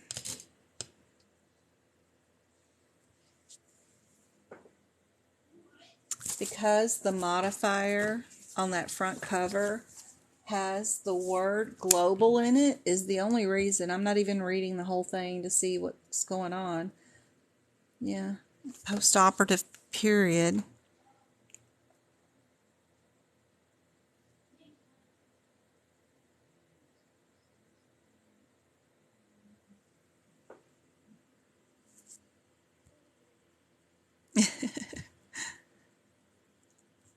Let's check out our rationale. Yep, we're doing C. It says in our rationale that according to the Medicare Internet Only Manual, really, definition of the global surgical package, visits unrelated and performed, it just has to be unrelated. And being admitted to a nursing facility and it said unrelated to that which the patient had the surgery for, they're only going to a nursing facility because they have some other issue that needs to be resolved before they can go home. But they are being admitted after surgery on something else to a nursing facility which is unrelated to that surgery. Some patients can't go home directly right after a surgery, not because of the surgery, but because they've lost skills, or sometimes it's because they don't have a home yet. And people are making arrangements to fix up rooms, but we don't say that's the reason in healthcare, but in real life that really does happen. And we try to get them into a facility if there's room, but that just doesn't happen nowadays. There's just too many people in everywhere right now receiving health care. But back in the day, we used to do this when people just didn't have a place to stay. Maybe they had a surgery in their home alone. Well, that's not going to work, but their daughter will take them in, but she needs a day to get a bed in and, do all this stuff. She's on vacation and be back in a week, whatever. And we would try to find a place for that kind of stuff to happen. But nowadays, that doesn't happen as much. But we would definitely add the 24 modifier if they needed to go into a SNF is what we call it, but a nursing facility. It's a skilled nursing facility where they try to rehab the patient and get them to where they can be more independent and go home. But the reason why she's going to the SNF is not related to the surgery, and that's how you would append 24.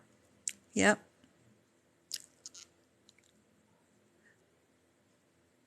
Yeah, and you would not need to append the modifier 24 to that. If they had an orthopedic surgery and that surgeon is admitting them to the SNF for and due to having a hip replacement, knee replacement, then great.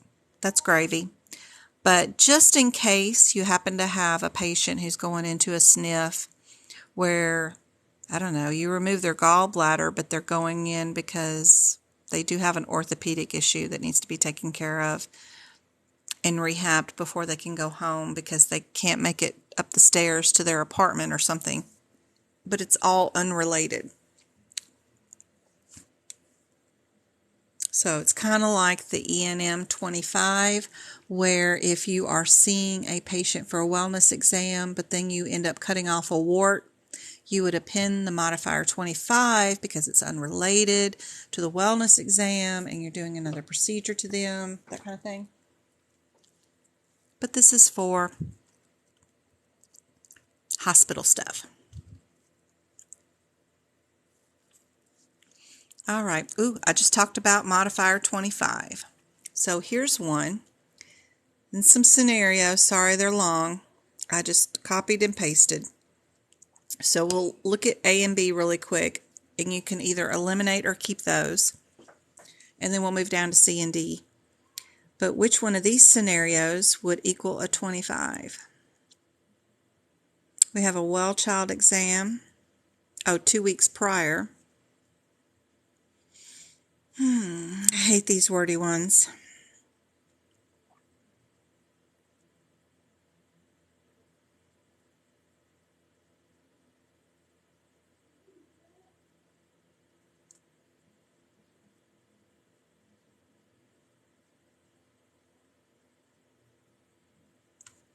Critical care in the emergency room for respiratory distress. Is there any way anybody's going to get a 25 modifier out of that? We can eliminate that mess, right?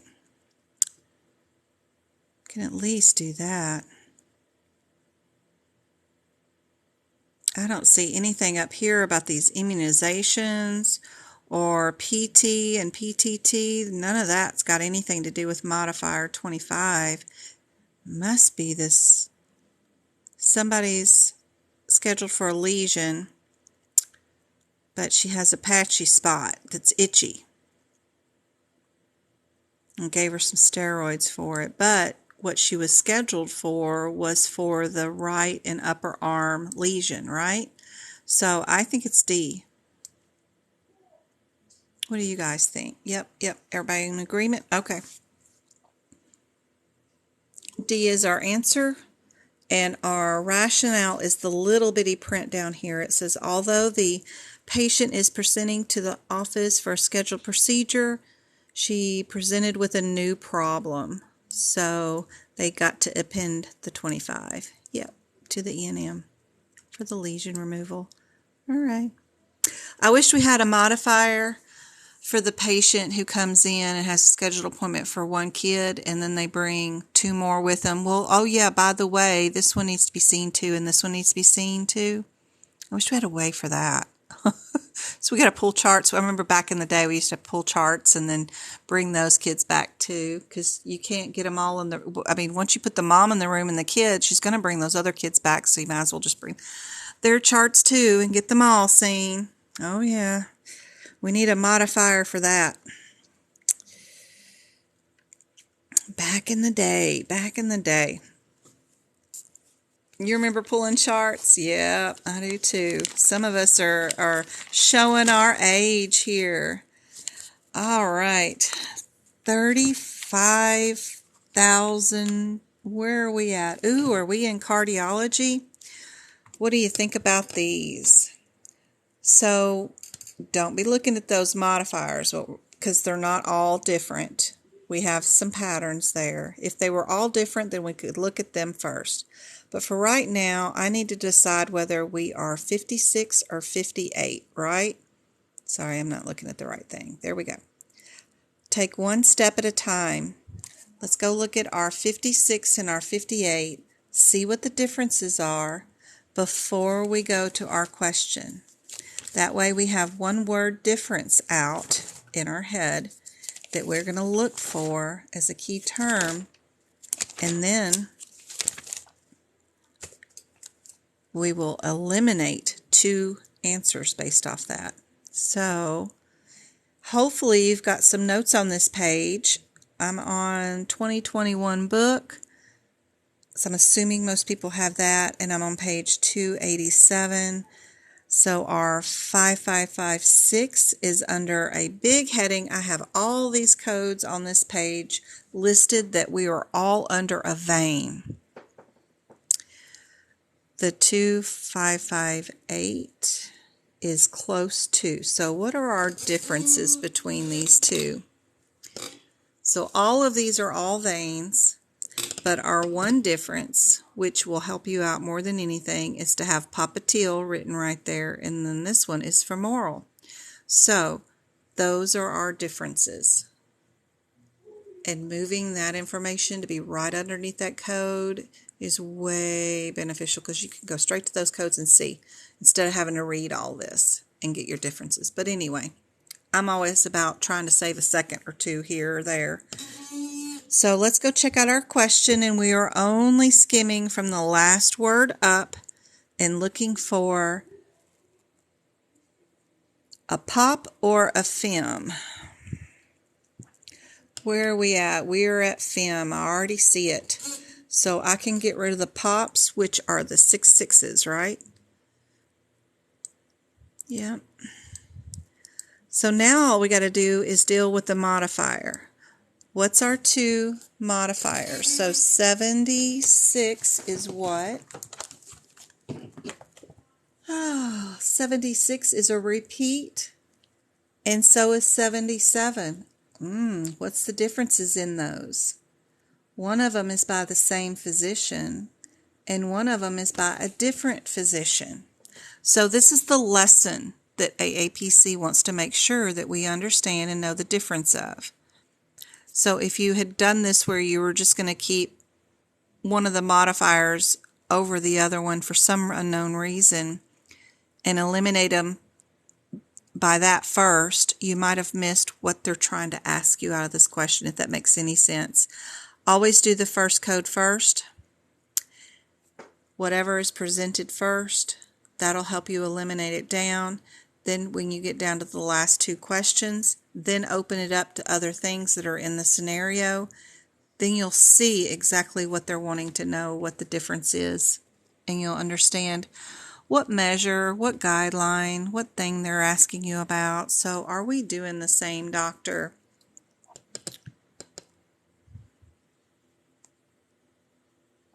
Same or different?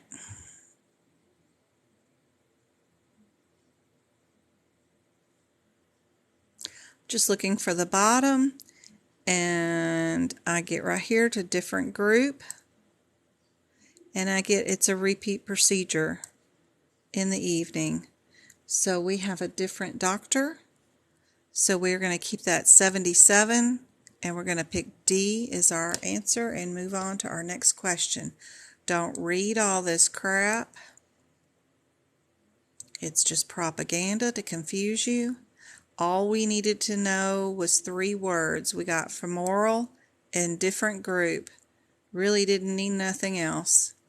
And then I could have picked out my right answer and moved on to the next question. And here's your rationale in case you needed it. But that's it. HIPAA question. People are always asking me about HIPAA guidelines, HIPAA this, HIPAA that.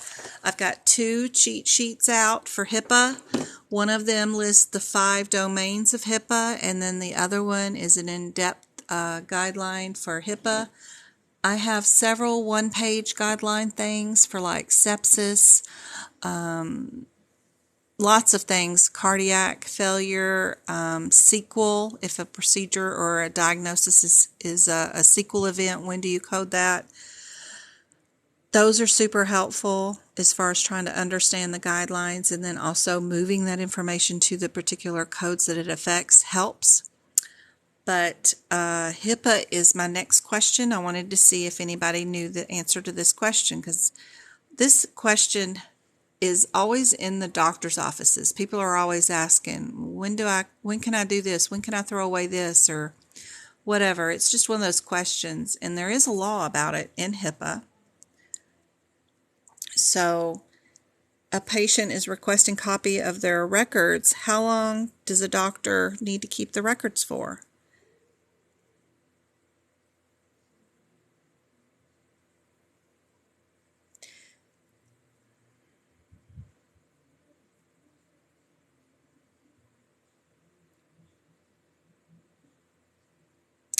Their disclosure for those records is good for how long, along with how long do you have to keep the records.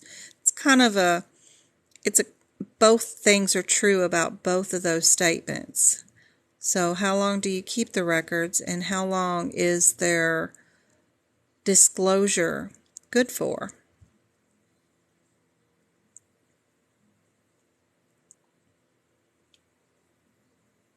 It is 6 years. So your HIPAA that is covered by all PHI course and all of its covered entities, the patient has a right to receive an accounting and all disclosures made for up to 6 years. So if you disclosed any of their medical information or sent a fax out to somebody with their records, if you have their records in the office, and if they can come get a copy of their records, all of it is 6 years, whatever it is. There must be a log maintained. There must be history of whatever you sent to everybody. The chart must be there at least 6 years, and their signatures of release, if needed. Usually it's not needed from doctor to doctor to, hospital to hospital, but just in case, everything's 6 years. You can remember that one. It was before it was 5 years. Probably was. I don't even remember. I remember it always being even administrative or staff, everybody had a different opinion about how long you keep records. Over the years, over the decades, I've heard 3, 6, 8, 12, all kinds of fancy numbers. Right now, it's 6. Everything's 6. Here's an interesting question. You remember how I said I really liked the old way that they used to write notes? It's familiar anyway. SOAP method, subjective, objective, assessment, and plan. Well, now they got this thing called Cheddar. Cheddar is their new fancy thing of how they write up charts. So out of SOAP and Cheddar, those two formats of writing up a medical record, which section of each of those formats is where you put the patient's history? Is it in the subjective, the objective, assessment, plan? Where is it? And then where is it in this Cheddar? C or H? Anybody got a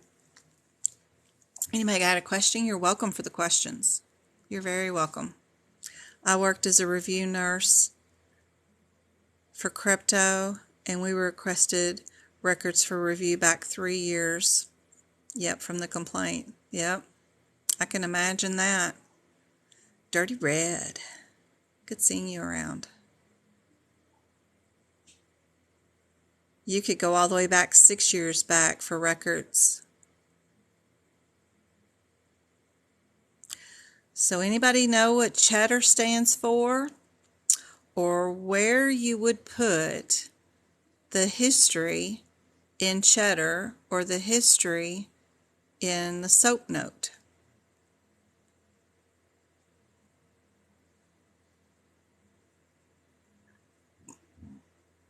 Well, we know that's subjective, right? The S is why are you here? Is that where we put history? So just kind of take things one at a time. Why they're here is the S. So I could eliminate those two, right? So it's got to either be the ones with the two O's. You tell the patient why they're here is the S. And then the O is what's going on with the patient's history, right? And then you make an assessment, and then you make a plan. So if we know that, and we've already eliminated C up here one time, then we should probably eliminate it here too, right? I don't know.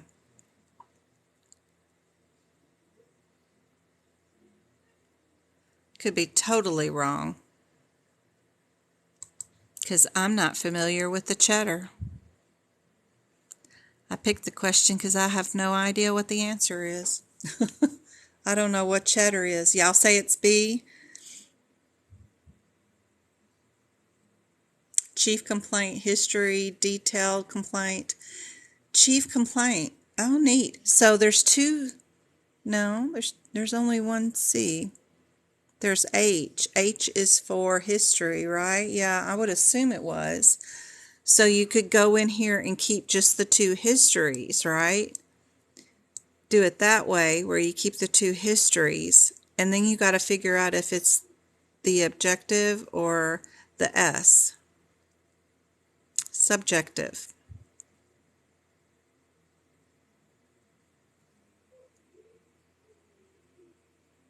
What can be observed? So, like the review of symptoms, like their blood pressure and stuff would be in the O.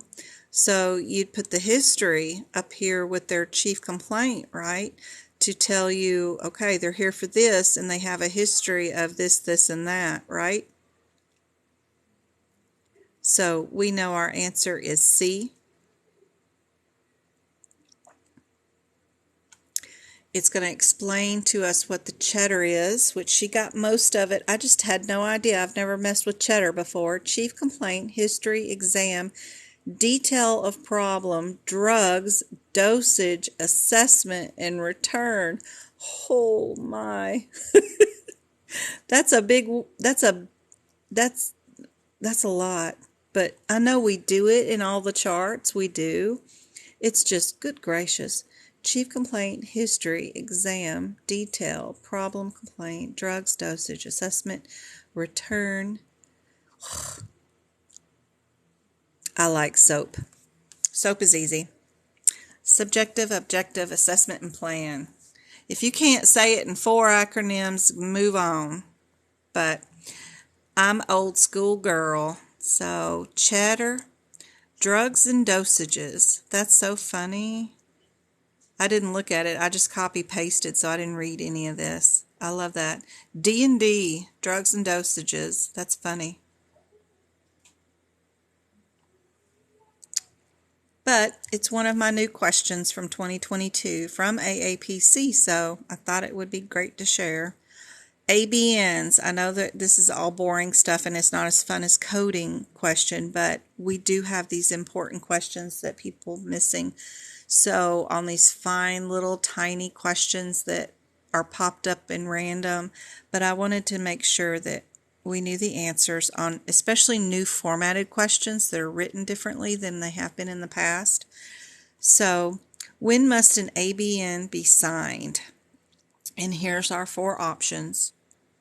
When a patient first arrives at the office, when a patient checks in prior to receiving any services, a patient checked out after receiving services, or far enough in advance that a beneficiary representative has time to consider options. We don't want to give anybody time to consider nothing, do we? For process of elimination, these 3 start out with the when, which makes you want to think that maybe it's one of those.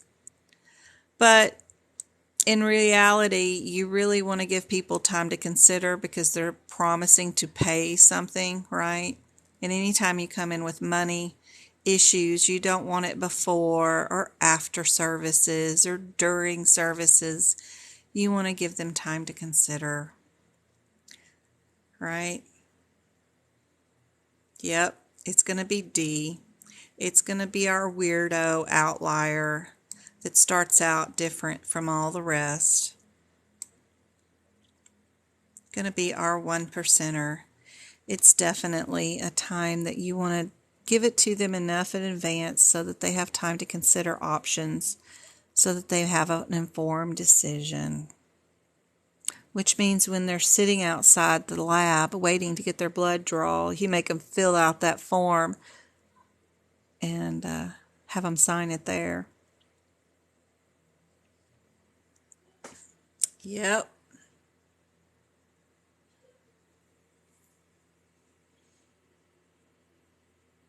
And then when the tech brings them into the lab to get their blood drawn, they'll verify that it did get signed. If they don't sign it, then you either tell them their options about getting it done or not getting it done. One of those things. All right, let's go play with some CPTs. Okay. We've got a bundle all in a row, and we can't do the process of elimination. What are we going to do? We're not going to panic. We're going to go to the first one in numerical sequence, and we're going to work our way down. Let's do 2 at a time, figure out what the difference is, check out our note. If those 2 don't work, then we'll move on down to these 2. So 5, 3, 4, 5, 1. So 5, 3, 4, 5, 3, 4, 5, 1.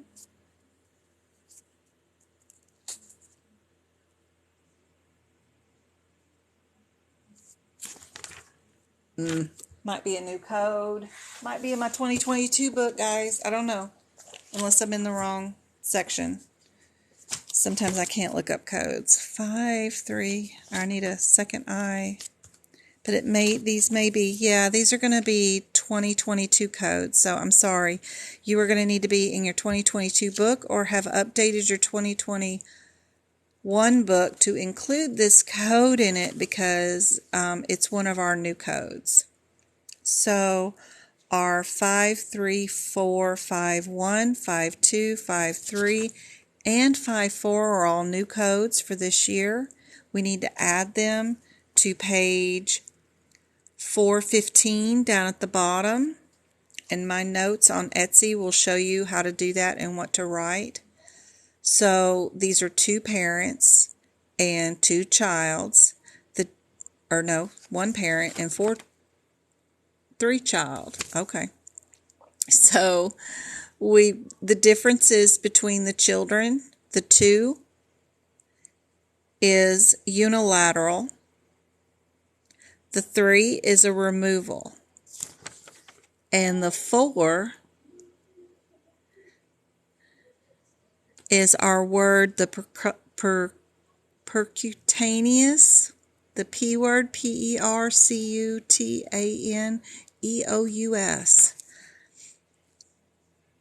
So 51 is bilateral, 52 is unilateral. So let's check out our question. What is the appropriate 2022 code for unilateral? That's all we needed to know. So our unilateral is B. So if you're working and putting these codes on page 415, you can write that this one is bilateral, this one is unilateral, 53 is a removal. I know it doesn't much matter what you're doing, but I'm just telling you. And then this is the percutaneous, Percut. I know this looks terrible, but it's the best I can do with a mouse.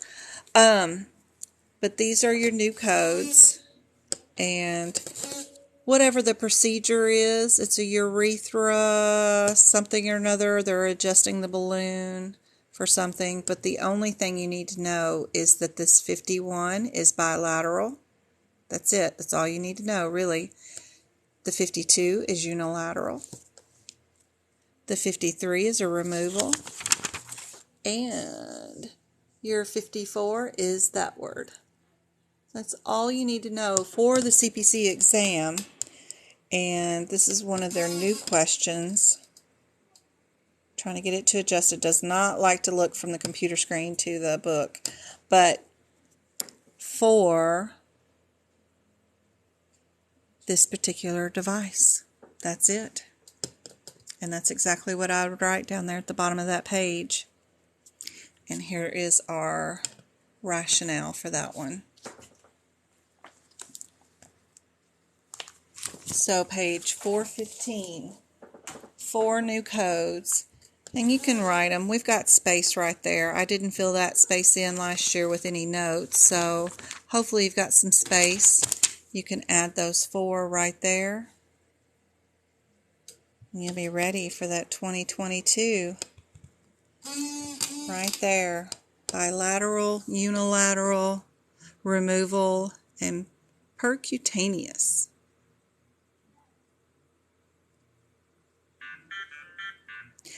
What means it's prior to be signed before and seen the doctor? Yeah, that means they give out that ABN to the patient when they come in the waiting room and they sign in to be seen. Then the staff gives them an ABN to sign, saying it's a promise to pay for whatever services are rendered. That's too early. You don't want to give a patient that. You want them to be seen, evaluated by the physician. The physician needs to decide that, yes, they truly need a lab test done, and it might not be covered by their insurance plan. That's when staff is supposed to give them that form, let them sign it, say whether they'll pay for it or not. If they're willing to share cost with it, then they can be escorted to the lab to get their blood drawn and turn in that form, and that form gets put on the claim saying they signed it or did not sign it. It's another modifier that gets added. But it's only, yes, for Medicare patients. And if y'all got those codes listed down for your 2024 books, or 2021 books, oh my gosh, I'm rushing our years by 2 more years. I'm trying to get us into 2024. I think that's when we'll have our ICD10, which will be a whole nother thing to learn, guys. That'll be fun. The GA modifier. Look at you, Marissa. She's going to do so well. I can't wait to hear what your scores are on your exam. You're going to do so well. You know so much. Every once in a while I can trick you up on a question. Hey, Shawnee, how are you doing? It's good seeing you.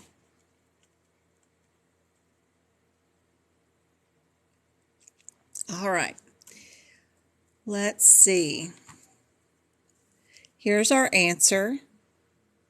Kind of interesting. We do have different modifiers for everything.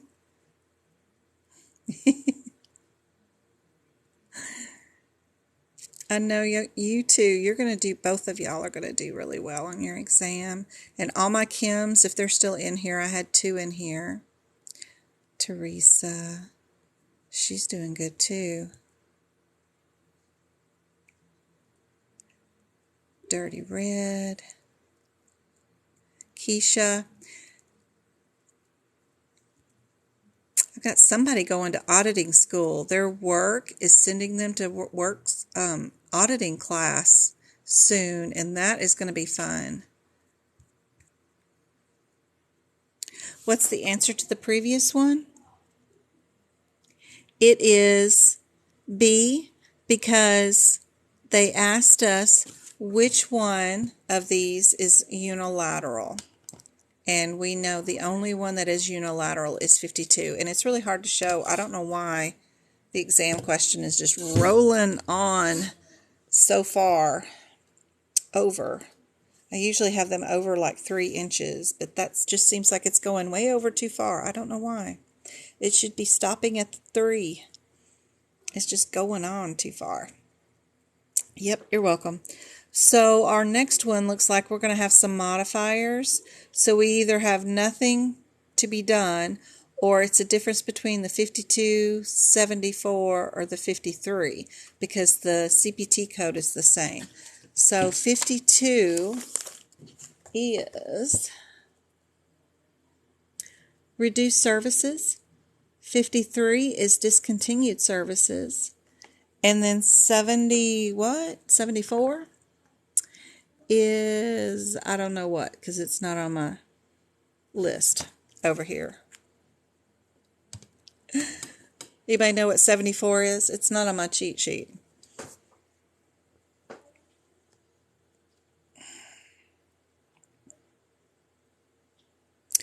So if they stopped a procedure or reduced a procedure, and I bet that's what they're going to pick is our differences, is it's an anesthesia one. Okay. So I bet the question is going to be about the 52 and the 53. What's the difference between reducing and discontinuing? So that's what AAPC wants us to understand what the difference is, and I bet that's what our question's going to be about. So if there was a reason to reduce a service or to stop a service, where in the question would that key information be located that we need to know? Will that be in the top part of the question with the age and what procedure's being done? No, it'll be, I know, I'm not showing the question yet. I'm just discussing with y'all because I want to teach a thing to say where you look in the question first for the answer that you're looking for saves you time. So if you think about that you've already gotten the two questions answers that you want, you've looked up the two differences that you want to look up. Now think about where your eye's going to go in the question to look up that answer. That way you're not in the habit of looking from the beginning all the way to the end, or even looking at the end and looking all the way up. Think about saving yourself some time and knowing where the answer's going to be in these questions by the history. Yeah, it'll be closer to the bottom for sure if they're going to stop or discontinue something, right? So we don't really care what they're doing. We just need to know if they stopped it for what reason. Could they finish most of the procedure, like a colonoscopy, but they ended up turning it into like a flex sig because they couldn't do it, the cecum? They couldn't go all the way through and finish the colonoscopy. They had to stop at a certain level. That's a reduced service. Now, if the patient had like cardiac arrest or died on the table, whatever, they had to stop the procedure, then that's discontinued. So there's a difference. So think about that. Let's go to our question, and what I would be doing is looking at the bottom to see why or what happened. So it does say stop right there. Stop the procedure. BP. So yeah, we know it's going to be D is our answer for sure. Yep. All right, you want to go to do another E&M? All right. These E&Ms tell you what? What do they tell you is going to go on with this patient?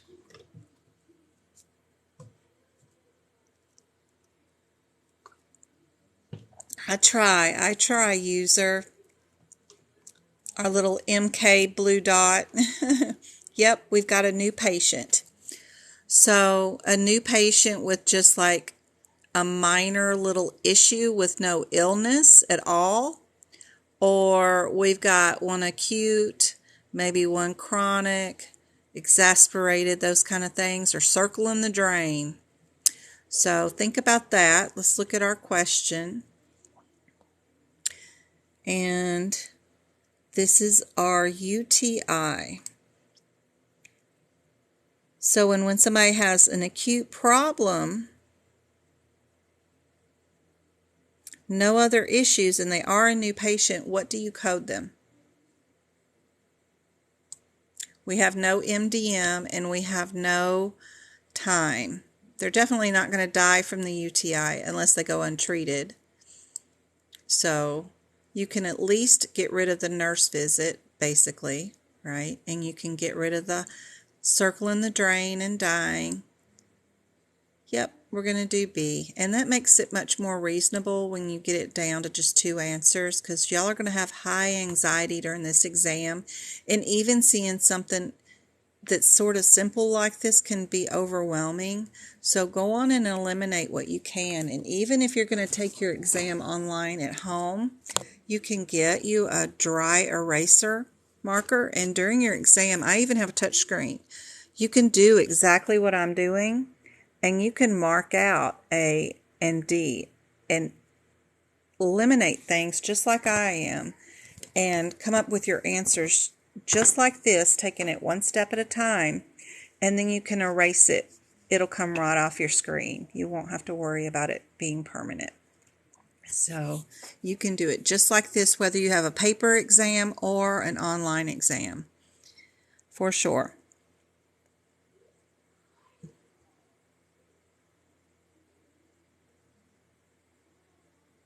Can we write into in front of B? On your screen or in the book at the code 003 or 203? What's your question referring to? Like if you wanted to go to 203 and write UTI, no other issues, you absolutely could write you an example right there. I have examples for 203 right here, which is an initial 60-year-old. He had a complication. He had this contracture of the hands, and that was it. It was just one thing. They ended up seeing him in ortho. But you can write examples there, and of course you can write on your own computers. Yep, but you can absolutely write UTI, no other complaints right there, and use it as an example. Write whatever you want in your book. And then for 204, I would write one chronic exasperated or whatever.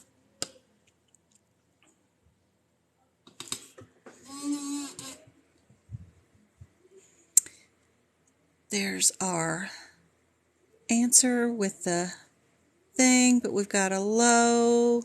Acute uncomplicated illness is always a 213 or a 203.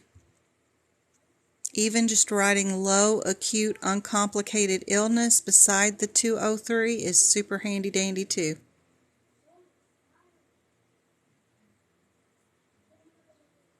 Yes. Oh, 204. If you have one chronic illness that is exasperated, it's a 204 or a 214.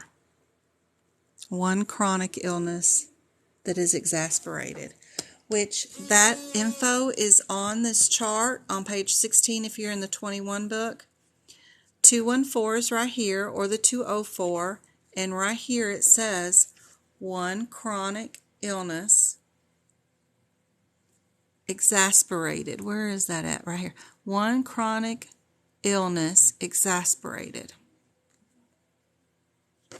And then for the low, one acute uncomplicated illness. It's right there. They're just wanting to make sure you can read this chart and follow it. But they are written there with the codes beside it, but you can move that information to the actual codes in the book, which I highly recommend, and I write all over my books. My books are a total rainbow of colors and exams, questions, and anything that will help you and get you to the right answer faster. All right. Minimal, low. So we've got like a nurse visit or an acute illness. Moderate is for one chronic, exasperated thing. And then high is super sick. Just if you don't stop and do something, they're going to die. You got to intervene within the next few hours or something's going to happen to them. So let's see what's going on with this one. This is a patient presents to the office. Frequent pain when urinating. And the patient has diabetes. So what does that turn any of this into?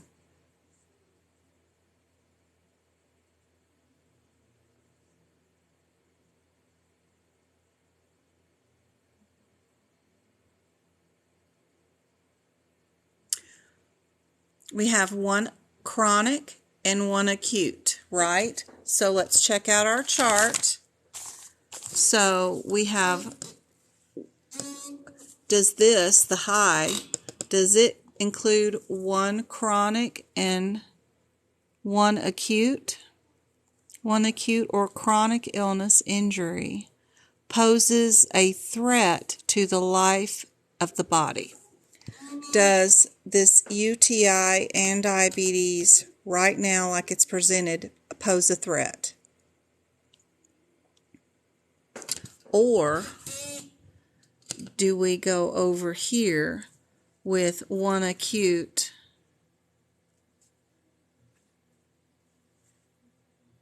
and one chronic?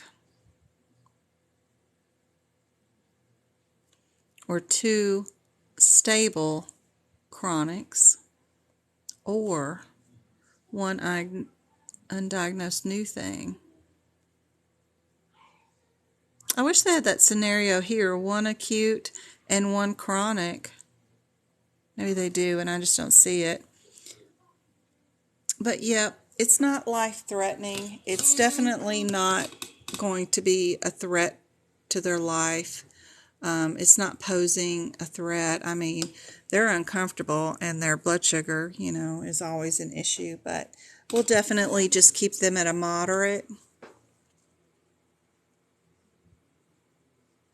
No, it doesn't say there's any complications to the diabetes. They just have a chronic condition, and it's something you still need to consider when giving them anything, even cough syrup. You got to be careful with diabetics. You can't just prescribe them anything. Even giving them advice to pick up something over the counter can be issues. Some of those over the counter drugs, the cranberry pills, can shoot somebody's blood sugar way up. And some of those cranberry pills are pain relievers for urinary tract infections, but they have to be very careful. You could put them into a serious diabetic coma with some of that stuff, so you got to be careful. So the risk factor and the consideration for the diabetes, even though it's not a factor today and their diabetes isn't even mentioned, but it is one of their chronic problems. So it is a mitigating factor, which promotes this level from a low, like a normal UTI, to a moderate because they have that chronic disease. Yeah, probably antibiotics affect every system, so even hormones. So absolutely. All right, here's another one.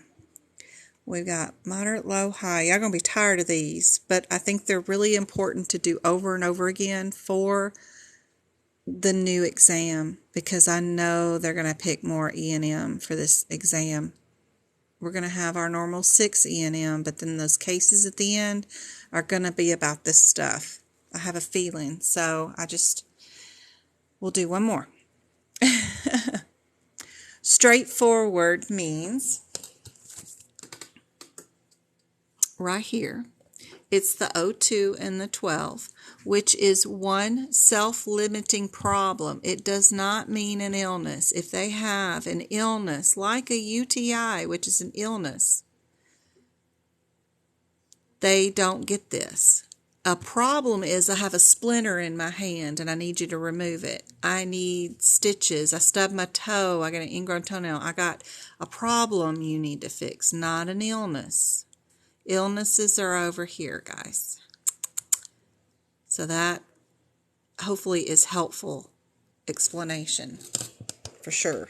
And it can also mean a nurse visit where they come in just for their vaccines, but they have already seen their doctor for their annual wellness. They just need to get, a booster or their second MMR vaccine. They'd already had their first.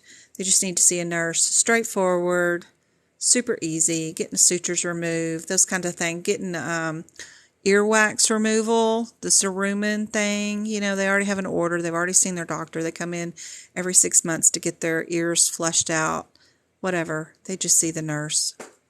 That's what straightforward is for.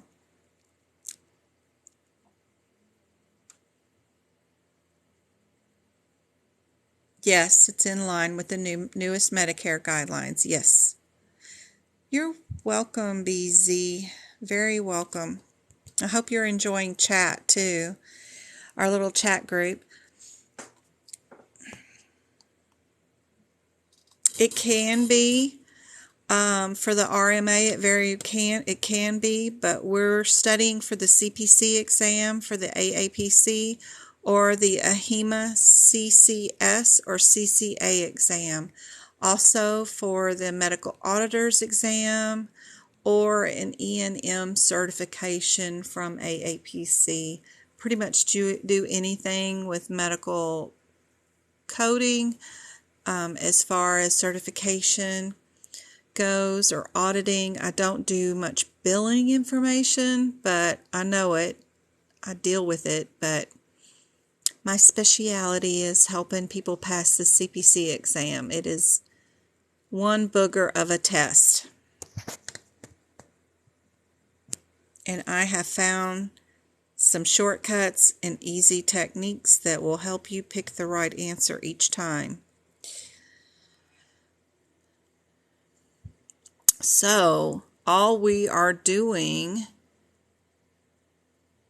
is prescription drug management. We are patients coming in for a refill of their meds. Let's say they have allergies like me, and they're coming in to get a refill of their Claritin prescription, which is loratadine, 10 milligrams. And the doctor sees them, writes them a prescription for their prescription. It's over the counter, but 10 milligrams of loratadine. Sends them out the door. What is that?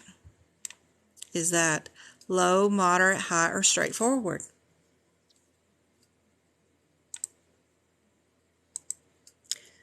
Did y'all check your chart?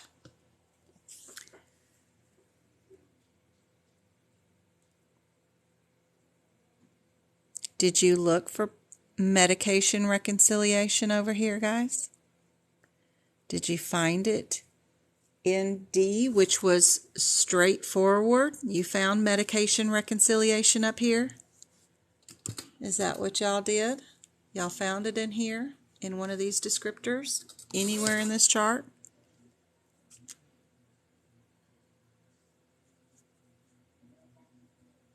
Where do you find prescription drug management?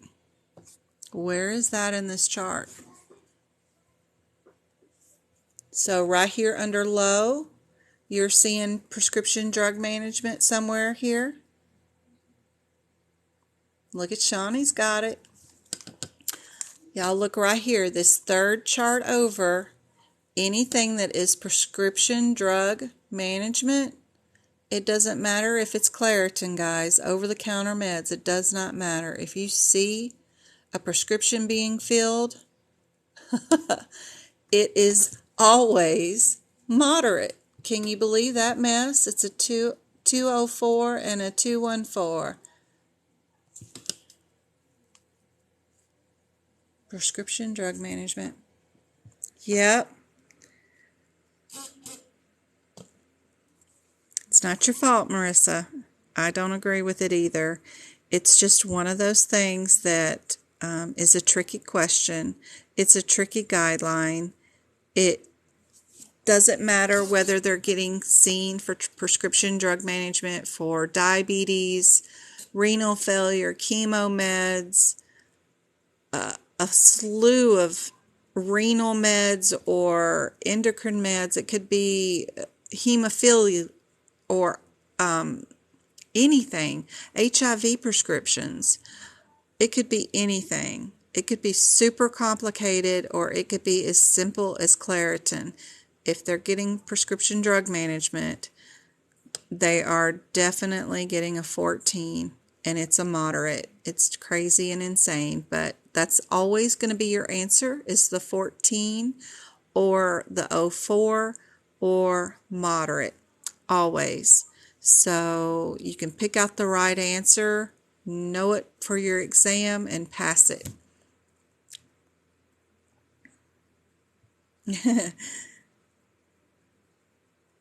You're very welcome. I'm happy to help. I do these lives 3 nights a week, usually 2 hours at a time. They've been running over, like tonight's and last Wednesdays. This has been 3 hours I've been on, so we do what we can. I love helping out, and I do these live 3 nights a week, so Monday, Wednesday, and Friday.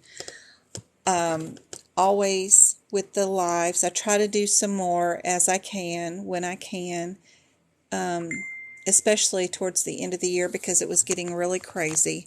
If you want one-on-one tutoring with me, which is so much fun, you can schedule that at Medical Coding by Jen. It's $39 a session, and we'll sit there till we both get pretty exhausted at doing these questions one-on-one like this. And you'll learn just like this. I'll tell you reason why the answer is what it is, how to find the answer quicker, those kind of things. I do need to prep before it, so that's why you need to let me know what sections you want to go over, what types of questions you want to have, whether it's ICD10, HIPICS, or what section of the CPT book, and I'm happy to prep something ahead of time and go over those sections with you. These lives, if TikTok records them, are reposted for your viewing on YouTube at Coding by Jen. And, of course, Messenger, if you want to be part of our study group in chat. You have to come find me on Messenger. Yes, that's Facebook Messenger at Jen Brewer. Message me there. Don't find me anywhere else, because it won't work. It has to be this account that says Jen Brewer, and it's the same fuzzy head picture that's here on TikTok with me and the boys and some of their friends.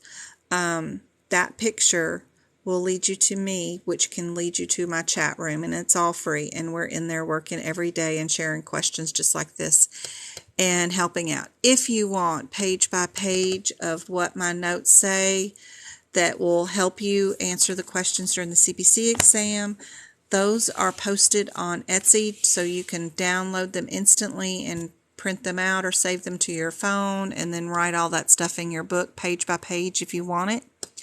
I have in 2022, I have all of E&M, the guidelines, the integumentary, the ear posted, and I'm almost done with the eye, and I'll have that posted pretty soon too. The rest are 2021 notes up there, but I also have a page that tells you what anatomy or other CPT or diagnosis codes were on the exam in the last 45 days. That document's on there.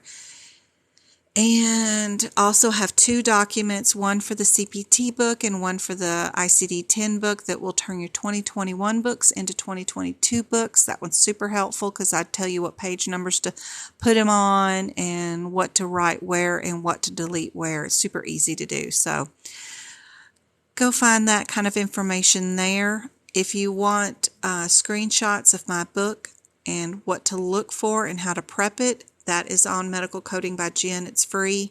You just go in there and there's 2 programs listed, and just do the steps in those programs. I'm going to revamp that next week and make sure that that's a lot easier, but still, it's photos of what my book looks like and how to do that throughout your entire book for you, so that you don't have to buy pages if you don't want to. Anyway, I hope this has been helpful. I'll be back. Is that tomorrow night, Friday night? No, I think y'all really like Saturday. I really should just switch it to Saturday, huh? Because everybody's working and going out on date night, aren't they? Maybe I just should really start saying I'm doing them on Monday, Thursdays, and Saturdays. I'll take a poll. If nobody wants me to do it tomorrow night and they want me to do it Saturday, I can do it Saturday. But I'll do it either night, whichever one we want to do for the next live.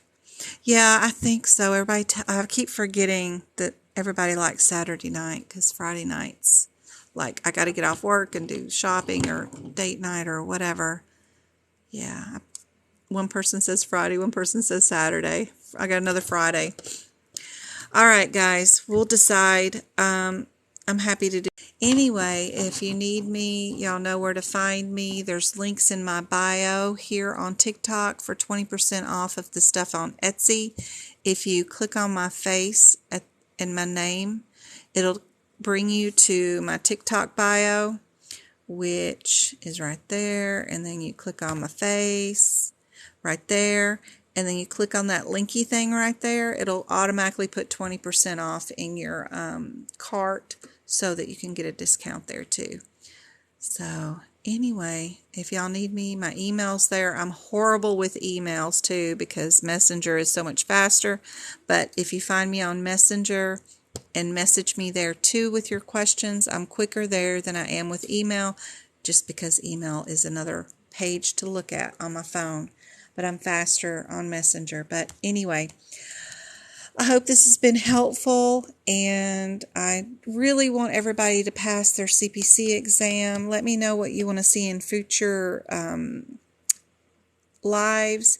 We need to do some neuro, I know. We need to do some muscular skeleton and some radiology for sure too. So I'll work on something for you guys, and I'll see y'all later. Good night. Thanks, Shawnee. Got another Friday from Diana. Medicine. Medicine is such a hodgepodge of stuff. Oh my gosh, it's so crazy. What a crazy section.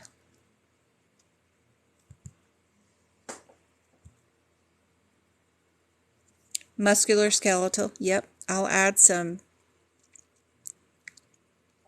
muscular skeletal. Integumentary. Saturday, Marissa. Okay. Yep. The big thing about integumentary is knowing your sequencing of coding. So if you remove a cyst and you have a punch biopsy and some skin tags, which one is coded first? That's fun. All right, guys.